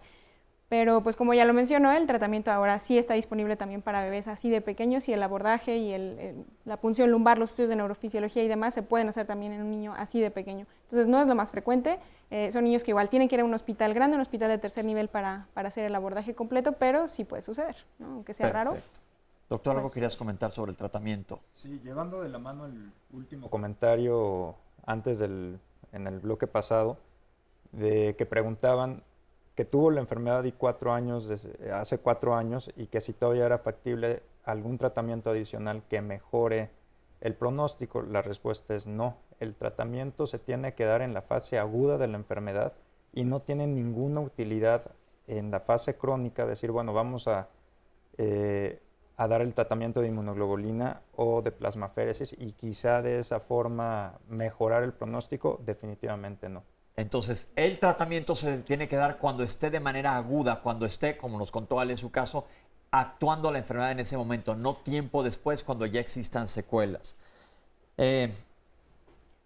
Dice Mirla López, cuando estaba en el hospital me dijeron que es muy común en mujeres en el puerperio, esto quiere decir después del embarazo. ¿Qué tan común? No. No. Mi hermano lo padeció hace 50 años, dice Ranita. Un día amaneció sin caminar, vivíamos en un pueblo y luego lo llevamos al hospital. Se le hicieron todos los ejercicios, todos los estudios y la única secuela fue que siempre caminó como si tuviera el pie plano aunque no lo tuviera. También tuvo suerte que el médico que lo atendió llegando al hospital había hecho su tesis sobre este síndrome. Pues sí, es lo que decimos, que mientras más rápido se diagnostique, mejor. Dice Hashlin, esta enfermedad me dejó secuelas y me tratan con medicamentos para artritis. ¿Por qué me dio esta enfermedad? Como dijimos, Hashlin, no se sabe exactamente por qué, pero seguramente tuviste algún factor desencadenante que alebrestó a tu sistema inmunológico que no entendió y se fue a atacar tus nervios o ya sea el axón o lo que está cubriendo al axón, que es la mielina. Hola, buen día. A mi hijo le dio varicela muy fuerte y actualmente tiene 12 años. Dice que ocasionalmente se le duerme un brazo y a veces las piernas. Pensaba que era falta de circulación, se me hace raro para su edad. Un pediatra lo puede detectar. Dice que tiene 12 años y tuvo varicela. No sabemos que esto sea una cosa aguda o no sabemos qué sintomatología tenga. ¿Qué le recomendamos? Pues yo creo que le recomendación es sí, ir con un pediatra. Él sería el que al examinarlo, si detecta algo que le llame la atención en el interrogatorio y la exploración, lo va a derivar con un neurólogo. Bien, sigamos con la gente que nos pregunta. Fabiola Lares me dice, a mí me pasó lo mismo que esta chava. Me dio síndrome a los 8 meses de bebé, también me quedaron secuelas, ¿ok? Adriana Aldrete me dice, a mi tía le dio y en el Seguro Social tardaron mucho en darle medicamento. Hasta traqueotomía le hicieron, desgraciadamente. Qué bueno que están aquí neurólogos.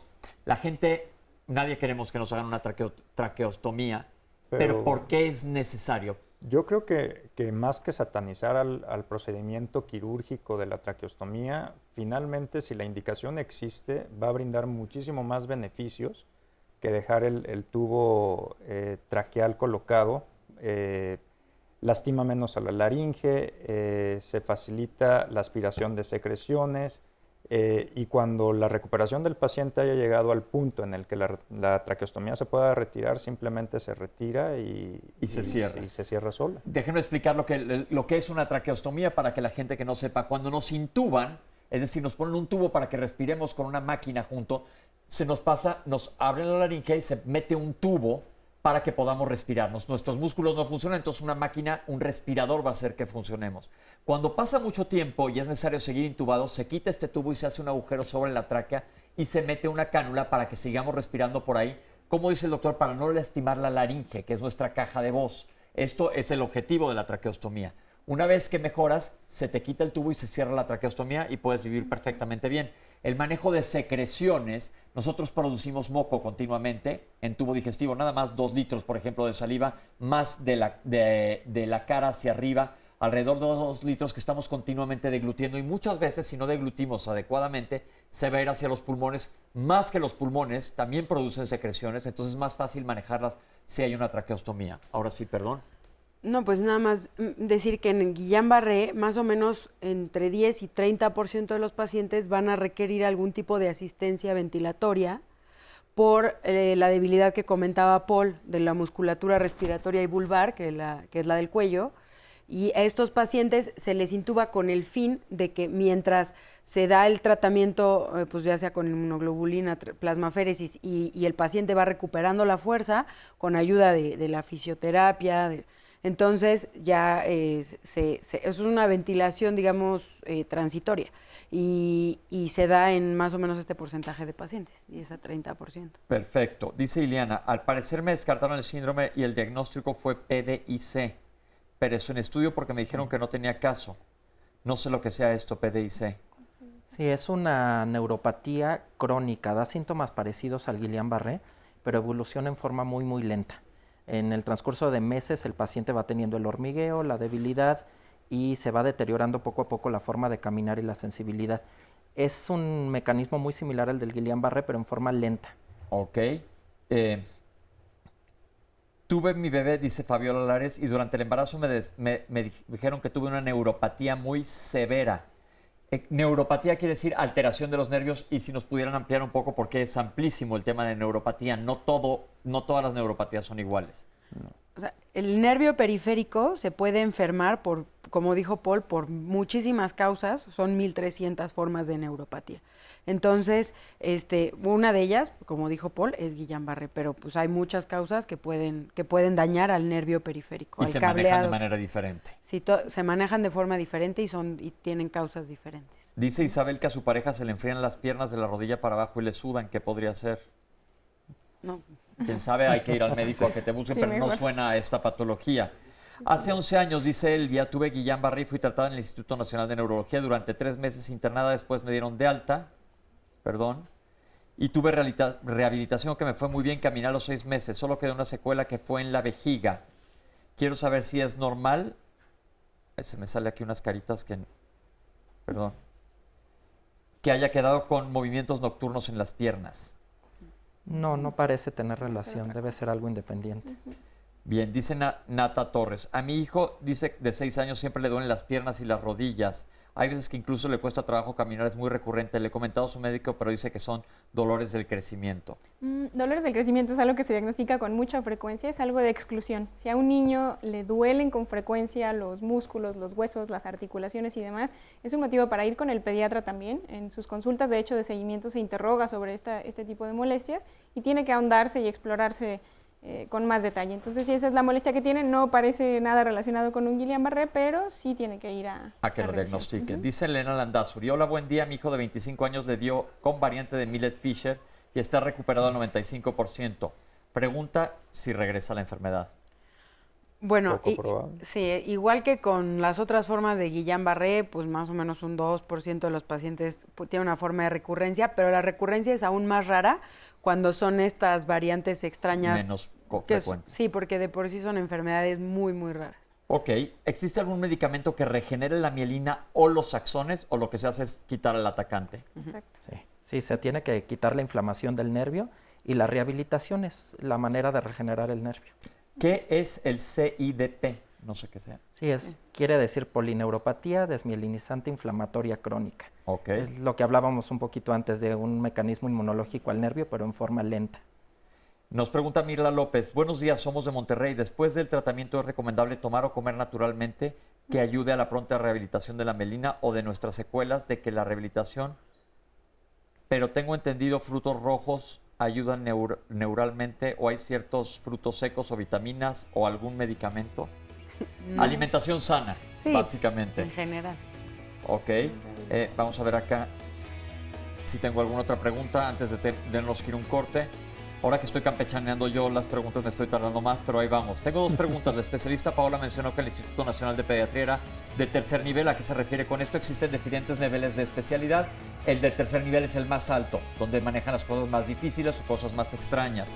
¿De qué forma podemos pedirle a los doctores que nos muestren que están certificados para tratar la enfermedad? Bien, como dije, existe un Consejo Mexicano de Neurología. Métete a la página Consejo Mexicano de Neurología y ahí vas a ver la certificación que tiene tu médico o se lo puedes preguntar. Se vale en medicina preguntar, no estamos peleados con estar preguntando porque es nuestra salud y luego nos da mucha pena. Tenemos que hacer un corte de doctores, pero ahorita regresamos para hablar de las demás apoyos a tratamiento. No se vayan, estamos en Diálogos en Confianza. Desde hace varios meses hemos platicado aquí con ustedes del proyecto que tenemos con el Instituto, que tiene el Instituto Nacional de Cardiología y que se llama Tlalpan 2020. Se está haciendo un estudio a nivel, en un nivel muy grande para saber sobre los datos epidemiológicos de la hipertensión arterial sistémica, que ya hemos platicado aquí con ustedes sobre esta enfermedad que es el asesino silencioso y afecta a gran parte de la población. Entonces, si tú tienes cualquier duda, aclaración o quieres participar, están apareciendo en pantalla los datos del Instituto Nacional de Cardiología para que te acerques a ellos y veas si cumples con criterios de inclusión y te van a hacer exámenes de laboratorio, mediciones de presión arterial, así como otros estudios a nivel cardiofisiológico para saber cómo está tu estado de salud y si eres propenso o no a tener presión arterial elevada o algún familiar. El caso es que cheques la página del Instituto Nacional de Cardiología y veas si puedes participar en este interesante proyecto. Yo estoy de regreso aquí con el público y si bien estamos hablando de enfermedades raras, siempre digo que cuando tú eres la estadística, ¿qué importa todo el resto de las personas que no lo han tenido? Y estamos con José. Hola, tocayo. Hola, ¿qué tal? ¿Cómo estás? Bien, ¿y tú? Muy bien. ¿Qué nos va a platicar? Mira, yo también padecí el síndrome casi a la misma fecha que Ale. Hace un par de años. En abril del 2016. En mi caso comencé con debilidad en las piernas. De un día para otro me Déjame apareció. interrumpirte. ¿Tuviste diarrea? ¿Tuviste una gripa, una neumonía, algo anteriormente? Tuve un cuadro de temperatura como 2 semanas antes. Ok. Y un poco de diarrea también. Un cuadro gastrointestinal. Sí. Ok. ¿Y ahora sí? Y ahora sí, un miércoles yo me levanté temprano para ir al baño y sentí que mis piernas no me respondían. Entonces se me hizo muy raro, dije, pues, ¿qué me está pasando? ¿No? Entonces me regresé a la cama, dije, no, pues, a lo mejor estoy soñando. Y ya me volví a dormir y posteriormente volví a levantarme y ya me di cuenta que sí había algo anormal. Posteriormente me llevaron mis hijos y mi esposa al hospital. No me diagnosticaron en ese momento, sino hasta al siguiente día. ¿Qué te dijeron en ese momento en el hospital? En el hospital del IMSS, en Toluca, me dijeron que probablemente era algo de un nervio, o sea que a lo mejor me tomaron una placa del tórax y ahí no apareció nada. Entonces descartaron que hubiera sido algo de algún nervio. Pero me dieron de alta. Entonces me dijeron, si se siente mal, regresa al día siguiente. Al día siguiente regresé y ya me internaron. Pero en ese hospital no contaban con el medicamento, con la inmunoglobulina. Ya le hicieron el diagnóstico ahí. Y ahí alguna doctora que ya conocía de esa enfermedad, ella fue la que dijo. ¿Le hicieron una punción lumbar y estudios de electrofisiología, de fisiología?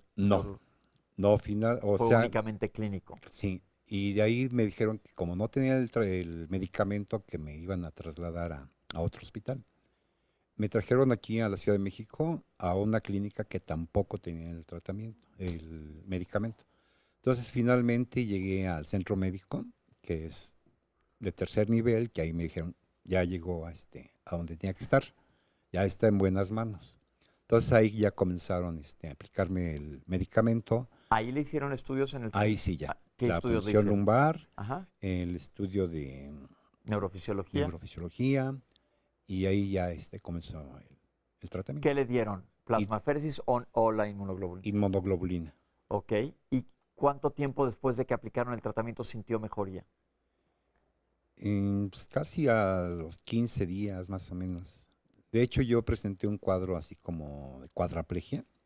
Es decir, Cuadraplegia siguió secundaria. ascendiendo esa Sí, parálisis. empecé Si con las las piernas se piernas. fue para arriba. Y ya hasta que finalmente quedé como cuadrapléjico. Cuadrapléjico quiere decir que no puede mover ni los brazos ni las piernas. ¿Podía respirar? Sí, afortunadamente nunca tuve problemas para dejar de respirar bien. ¿Y para tragar? Tampoco. Ok, entonces fue del cuello para abajo básicamente, Sí. sin tocar el diafragma. Exactamente. ¿Y cuánto tiempo estuvo internado? En centro médico aproximadamente como 15 días. Ok. ¿Y cómo está ahorita 2 años después de la enfermedad? Pues todavía presento algunas secuelas. De hecho, me cuesta un poco de trabajo caminar. Y de las manos también siento como que a veces se me entumen un poco. Cuando estuvo peor, casi cuadripléjico, ¿ahora qué mejoría podría decir que ha tenido? Pues ¿Qué porcentaje? Yo creo que un 90%. 90% de mejoría porque recibió el tratamiento relativamente rápido, como a los 4 días de haber sí, más o empezado la sintomatología. ¿Recibió rehabilitación y fisioterapia? Sí hay un hospital del IMSS ahí en Villalongín, que es especialista en rehabilitación. Sin embargo, ahí me apareció una arritmia. Entonces, la rehabilitación la suspendieron por la arritmia que presenté. Ok, la arritmia no está asociada al síndrome de Guillain-Barré. ¿Qué arritmia fue? ¿Se acuerda el nombre? No recuerdo así exactamente. Ok. Don Paula, ¿algo nos quieres comentar? Sí, que más o menos un porcentaje alto de pacientes tienen afección autonómica. Entonces, después, o sea, pueden presentar complicaciones cardíacas como el tipo de la arritmia, y estas complicaciones, de hecho, pueden complejizar más el tratamiento. Ok. ¿Su arritmia está controlada? Sí, estoy con el cardiólogo. Perfecto. Sí. ¿Está tomando medicamentos? Sí, el amiodaroma estoy tomando. Ok, es uno de los medicamentos para las arritmias. Existen muchos tipos de arritmias, ya les platicaremos pronto en un programa de arritmias. Muchas gracias. No, porque... Pero fíjese que nos han comentado algo bien importante de la importancia, y los doctores ya lo comentaron en el panel, que no nada más es el tratamiento médico, sino que se tiene que complementar con fisioterapia y rehabilitación. Vamos a ver esta cápsula que nos habla sobre este tema. La fisioterapia en sí es una ciencia, un arte para que un paciente con alguna discapacidad o deficiencia, con ayuda de medios físicos, termoterapia, algunos ejercicios terapéuticos, los podamos incorporar a sus actividades de la vida diaria, y así él puede incorporarse a la sociedad y a todo para que pueda ser independientemente. Un médico rehabilitador es el médico que estudia, bueno, obviamente medicina, hace una especialidad de medicina de rehabilitación. Nosotros lo que vemos en los pacientes principalmente es poder prevenir, diagnosticar, tratar y dar seguimiento a cualquier enfermedad, a cualquier patología. Es muy importante también mencionar que el médico en rehabilitación se encarga también de llevar como una batuta para hacer un equipo multidisciplinario. Nosotros, por ejemplo, vemos la enfermedad y la tratamos en todos los aspectos, biopsicosocial, físico, etcétera. En el Guillain-Barré la fisioterapia es algo muy importante. La fisioterapia se maneja desde el nivel de la hospitalización como tal. Sobre todo, una vez diagnosticado el Guillain-Barré, es una de las herramientas principales para el funcionamiento del tratamiento. Entonces, se inicia desde la hospitalización. Entonces, desde que empieza el diagnóstico, nosotros intervenimos ahí para evitar, sobre todo, alguna adherencia a una úlcera por la pérdida de movilidad.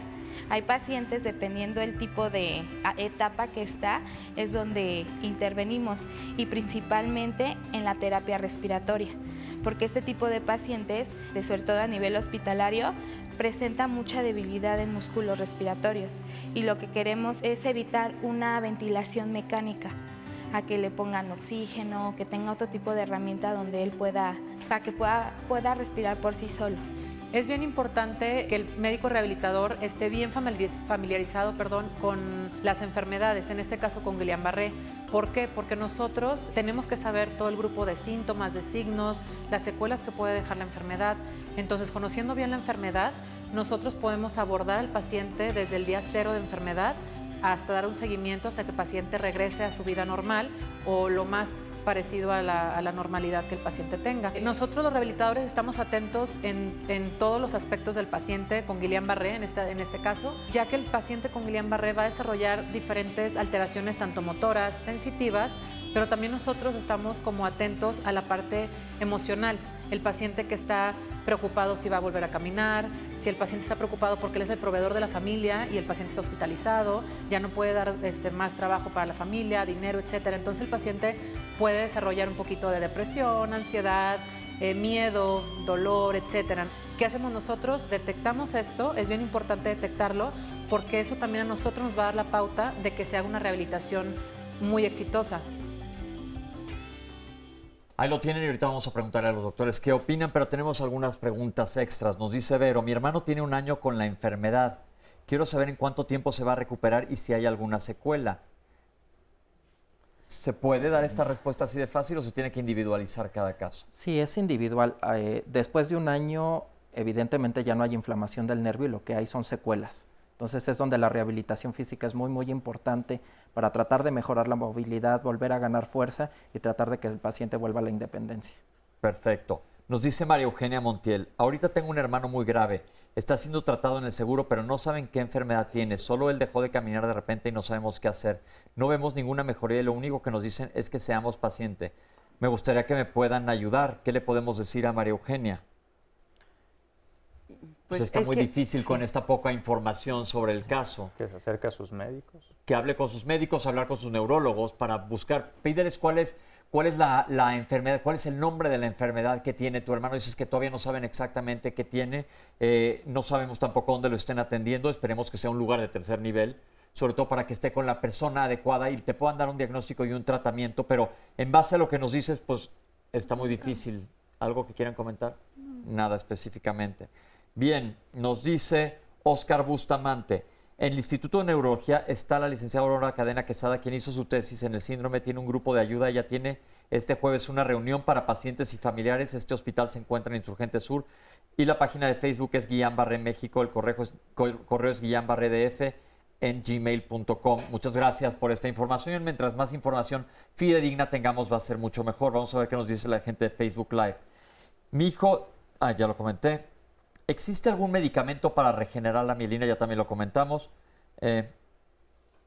¿Hasta qué punto es normal la mioclonía del sueño? Bueno, ¿O no tiene nada que ver con este tema? No, es otra enfermedad. Sí. Ok, es otra enfermedad.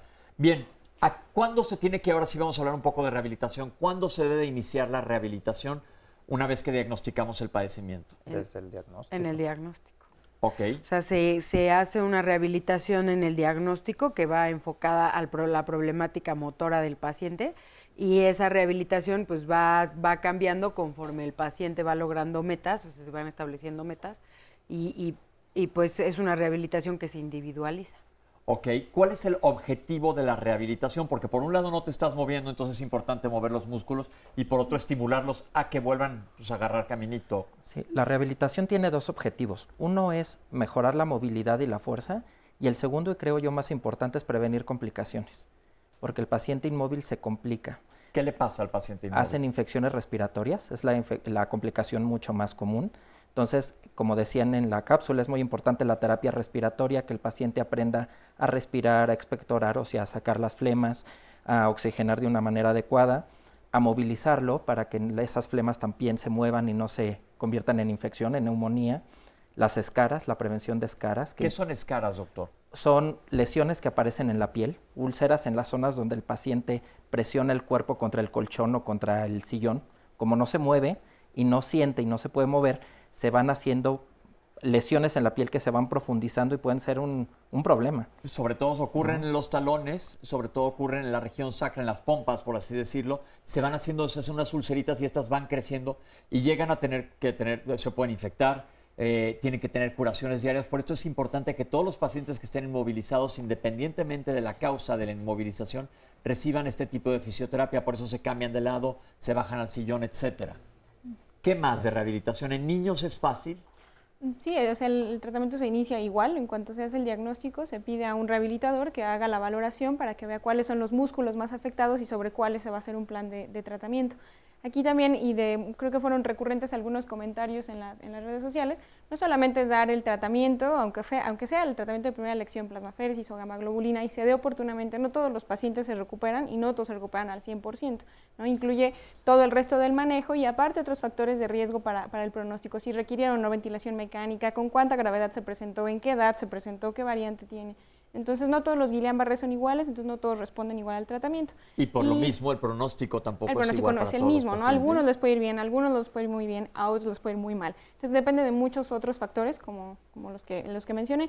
Y aparte del tratamiento de plasmaféresis y gamma-globulina y la rehabilitación, pues se da también manejo nutricional, como decía también en la cápsula, el manejo psicosocial. Vuelves a reinsertar al paciente con el grado de discapacidad que haya quedado residual a la sociedad, a sus actividades diarias nuevamente. Entonces, también hay un aspecto social que hay que trabajar. Entonces, nutricional, rehabilitación, psicosocial, son muchas esferas del tratamiento, no solo la gamma-globulina o no solo la plasmaféresis. Si alguien nos puede preguntar, ¿se cura esta enfermedad? Puede que lo agudo que está causando la enfermedad sí se cure porque deja la batalla de estar ocurriendo contra nuestros propios nervios. ¿Podemos decir que se cura y lo que no se cura son las secuelas? Exactamente, se cura la inflamación, pero las secuelas son deficiencias motrices o sensitivas que quedan permanentemente, ¿no? Y que esas pueden quedar el resto de la vida. Bien, nos dice Ere, hola, soy sobreviviente del síndrome de Guillain-Barré que me dio en agosto de 2015. Nos recomienda que busquemos la página de Facebook que ya se mencionó anteriormente. Muchas gracias, Ere. Buen día, dice Sara Miranda. Después de 25 años de que tuve la enfermedad, tengo secuelas en los pies. ¿Aún puedo tener mejoría con la rehabilitación? Son 25 años. Mira, lo que pasa es que la rehabilitación tiene dos funciones. O sea, en primera, pues buscar la regeneración del nervio y que no haya atrofia del músculo por inmovilización prolongada, pero en un paciente que ya tiene, digamos, secuelas a largo plazo, la fisioterapia le puede ayudar a fortalecer ciertos grupos musculares que eviten que, digamos, el problema o empeore o por algún otro daño al nervio, ¿no? sea aún más importante. Entonces, probablemente, como dice la doctora, no exactamente a ese problema, pero te va a ayudar en general. Pues sí. Nos dice Leonel, que tiene un comentario interesante. Leonel Vázquez vive en Villahermosa y él dice que él tuvo síndrome de Guillain-Barré, pero le empezó en la cara hacia abajo y lo trataron en Pemex, que le dijeron que era muy raro que fuera de arriba hacia abajo. Le dieron tratamiento con un neuromodulador, no voy a decir el nombre, por 27 días y después terapia física. Únicamente siento cansancio en las extremidades y flacidez en el lado izquierdo de la cara con poco entumecimiento. Mi pregunta específica es que se debe a mi caso, que haya sido atípico.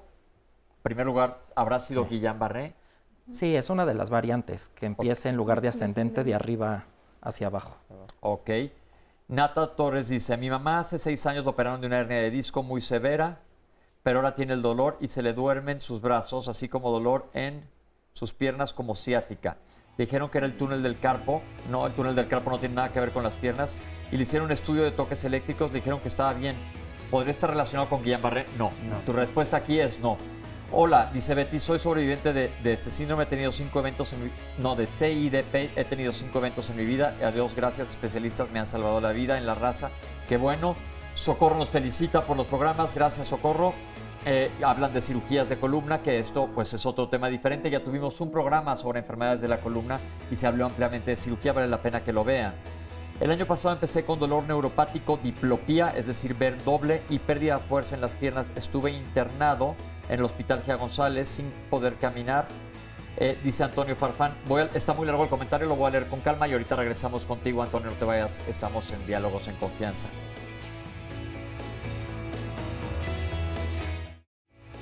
Perfecto, vamos a terminar de contestar a Antonio Farfán. Él tuvo una enfermedad desmielinizante que le manejaron con hidrocortisona y prednisona, le cambiaron de hospital porque le daban nada más un analgésico para el dolor y le diagnosticaron esclerosis múltiple. Es otra enfermedad y ya tuvimos también el programa, te recomendamos que lo veas. Hay que solicitar un diagnóstico, que haya un neurólogo más acertado para que se inicie una atención oportuna.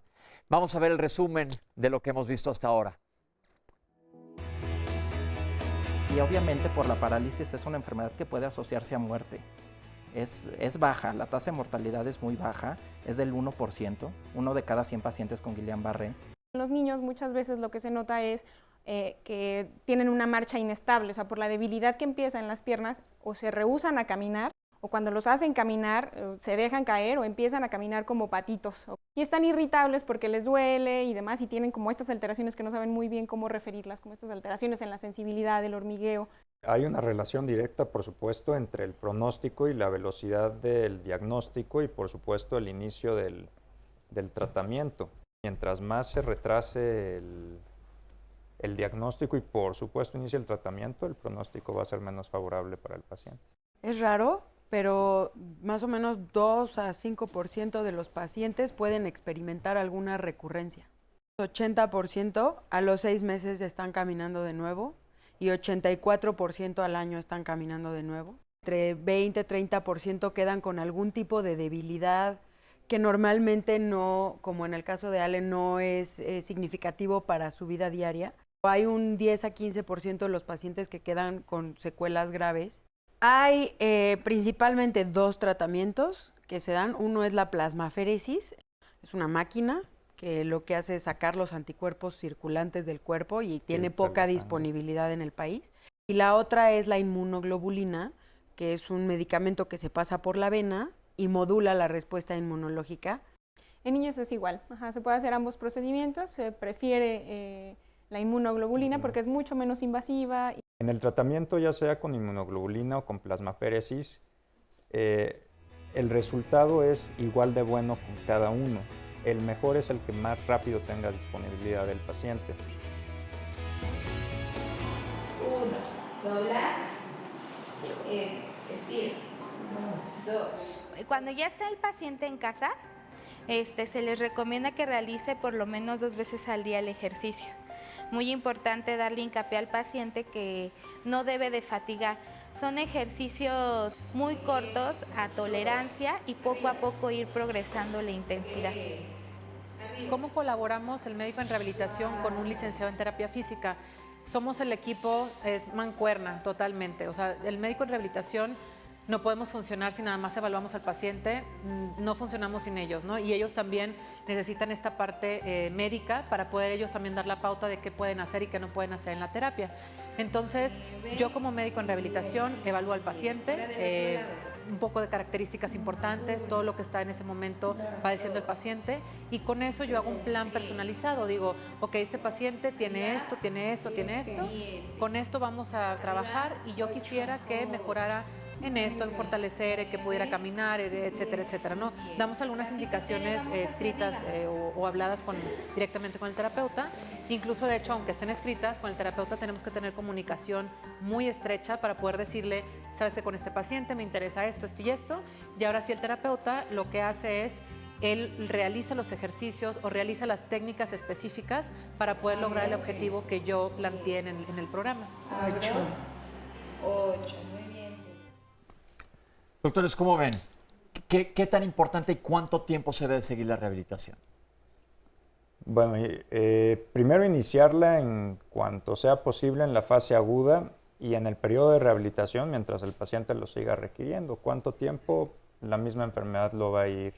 Volvemos a lo mismo, que no hay un pronóstico específico para todos, sino debe de individualizarse. ¿Y algo más querías comentar sobre el tratamiento? Sí, quizá pueda generar ahorita alguna duda en el auditorio de si el acceso al tratamiento con inmunoglobulina o plasmaféresis, si ambos existen en el centro donde se está tratando al paciente, ¿qué va a suceder? La realidad es que se tiene que dar o uno o el otro. Si le damos el tratamiento con la inmunoglobulina e inmediatamente después pasamos a la plasmaféresis, pues quitamos el efecto que la inmunoglobulina acaba de hacer. Entonces sería como no haber hecho nada. Entonces, ¿es uno o el otro? Entonces, es uno o el otro. ¿Cuál? La realidad es que por simplicidad se recomienda más la inmunoglobulina porque finalmente es un acceso intravenoso lo único que se requiere, y calcular la dosis. Se utilizan 2 gramos por kilogramo de peso. Ok.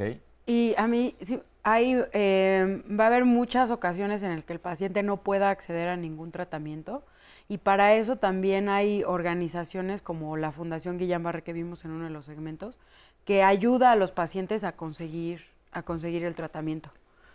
Perfecto. Eso es bien importante. Como les digo, siempre hay ayuda, nada más hay que saber buscarla. Dice Helen Castillo, qué bueno que tratan este tema. Me dio el síndrome y fui atendida oportunamente. Gracias a Dios me recuperé. Recomiendo mucha fe. Muchas gracias, Helen, por tu comentario.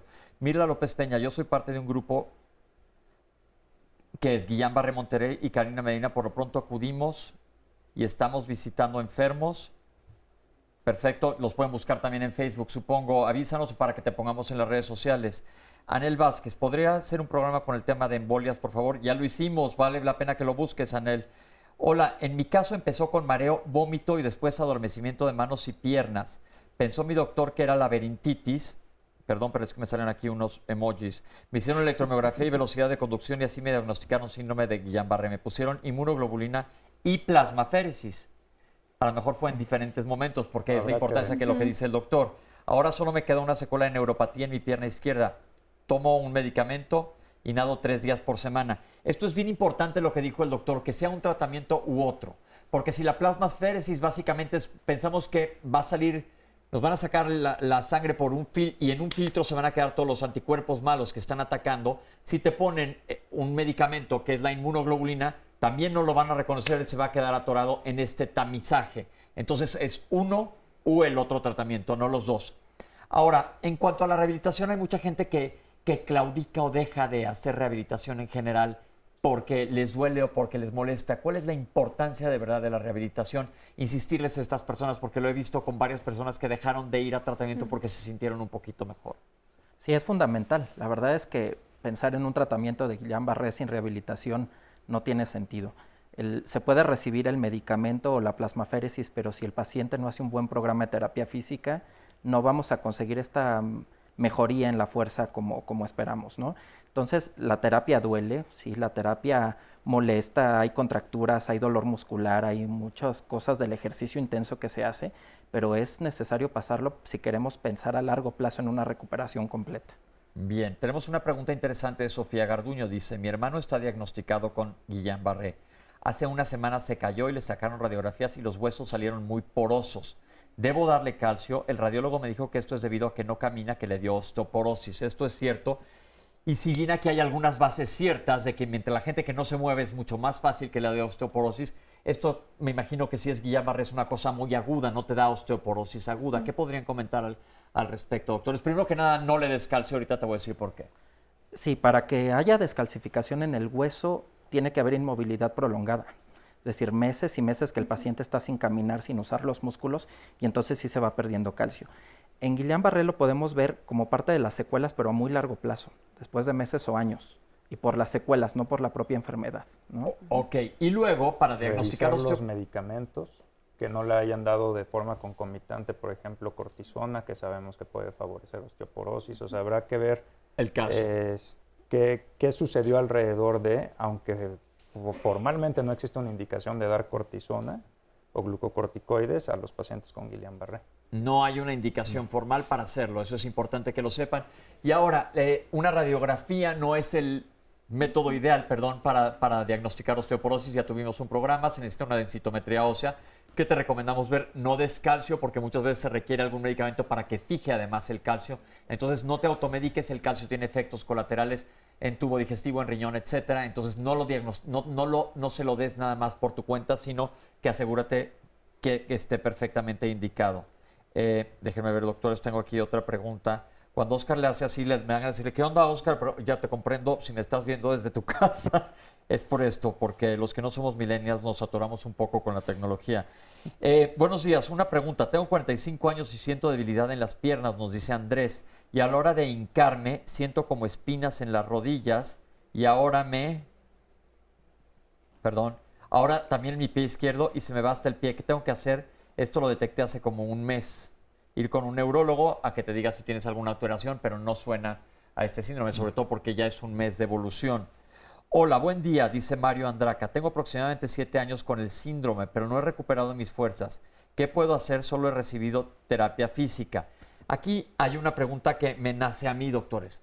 Dicen, tengo el síndrome hace 7 años. El síndrome es agudo, es decir, el síndrome es una ola que pasa y se va. Lo que quedan son las secuelas. Por eso hablan de que el tratamiento debe de darse en el momento agudo. No es que tengas síndrome de Guillain-Barré en este momento, sino tienes secuelas, que esto es muy importante. ¿Cómo hacen ustedes para que el paciente capte bien la información y sepa esta diferenciación? Bueno, la enfermedad se divide en diferentes etapas clínicas, por ejemplo, ¿no? Tiene 3 etapas. La etapa aguda, que es donde inician y se establecen los síntomas.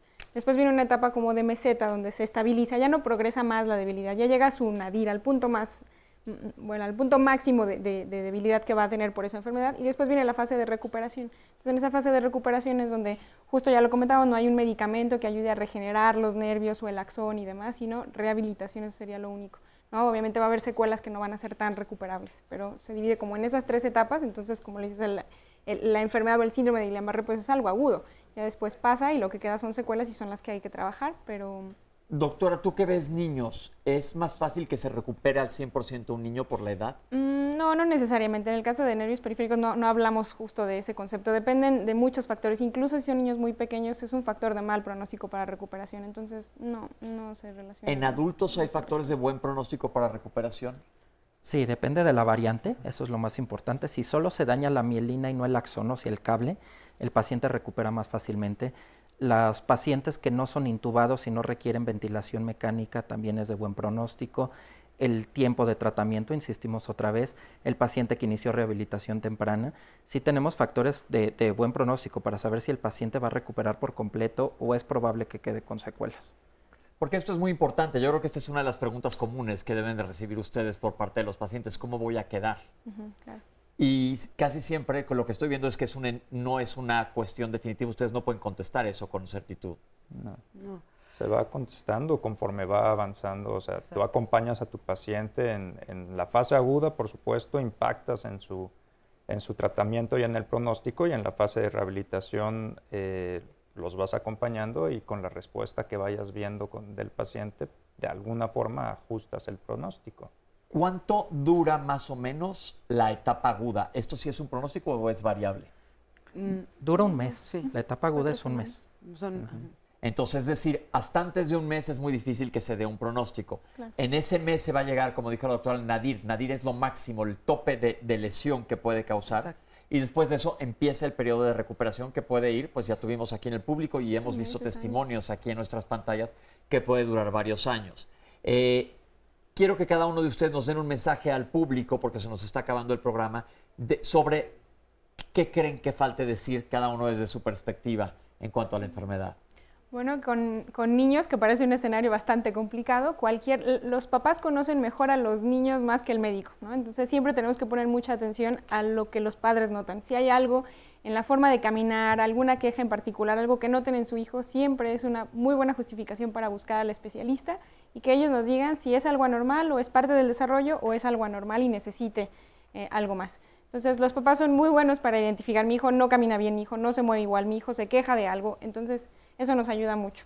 Ok, Doc. Bueno, yo agradecer el espacio, la invitación, agradecer a la Fundación Guillain-Barré, Valentina Treviño, a su papá el Pollo Treviño, por el esfuerzo grandísimo que están haciendo para que las personas que puedan ser vulnerables o que son vulnerables a esta enfermedad tengan el acceso al fármaco, al tratamiento, a la rehabilitación, y buscar en las futuras legislaciones de que el síndrome de Guillain-Barré no nos esperemos a un tercer nivel, que pueda ser llevado adelante en un segundo nivel, incluso hasta en un primer nivel, al menos el abordaje inicial. Dices, las personas que sean vulnerables a este síndrome, ¿existen factores de riesgo? Porque prácticamente, sin crear pánico, todo el mundo tenemos, todos, una gastroenteritis al año, alguna gripa. Exacto.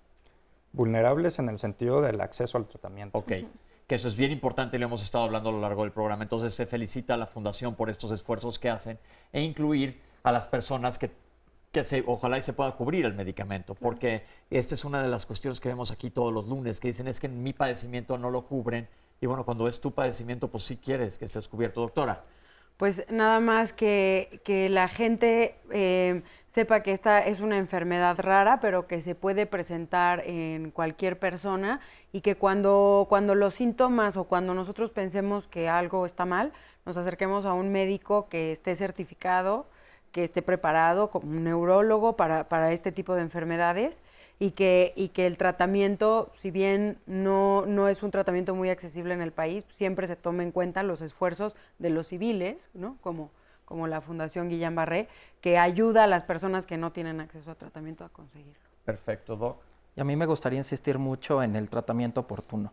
Si ahora que conocen sobre los síntomas de esta enfermedad identifican la debilidad, el hormigueo y todo esto, buscar un centro especializado donde en verdad tengan acceso al tratamiento y a la rehabilitación, donde en conjunto medicamento y rehabilitación van a conseguir muy buenos resultados a largo plazo. Yo creo que es bien importante esto que acabas de decir, sobre todo la desidia en medicina es muy prevalente y aquí vimos casos que afortunadamente acudieron con médicos de manera pronta. Hemos visto que también a veces los médicos no estamos muy despiertos para diagnosticarlo. Acudir con quien que te pueda tratar, sobre todo si tienes síntomas, esto se va a acelerar, se va a poner mal pronto. Entonces es muy importante que te trates lo antes posible. Hemos llegado al final del programa, pero los quiero invitar la próxima semana a que nos vean porque vamos a platicar de un tema bien interesante. Vamos a hablar de cuáles son los cuidados de los riñones. ¿Para qué sirven los riñones? Mucha gente me dice, pues forman orina y ya. No, nos vamos a dar cuenta aquí en Diálogos la semana que entra que el riñón tiene muchísimas más funciones, tiene que ver con la formación de células sanguíneas, tiene que ver con la presión arterial y que tristemente estamos viendo que cada vez vamos a ver mayor enfermedad renal y esto es lo que vamos a platicar la próxima semana aquí en Diálogos en Confianza. Les doy las gracias a los especialistas que me acompañaron el día de hoy aquí. Gracias a Celia, ustedes. Fabiola, como todos los lunes, muchísimas gracias por estar con nosotros. A todo el público que nos acompañó el día de hoy y muchísimas gracias sobre todo a la gente que nos ha dado sus testimonios, que nos enriquecen el programa. Y a ti en casa que nos acompañas todos los lunes, te espero aquí la próxima semana. Esto fue Diálogos en Confianza. Hasta el próximo lunes, muchas gracias.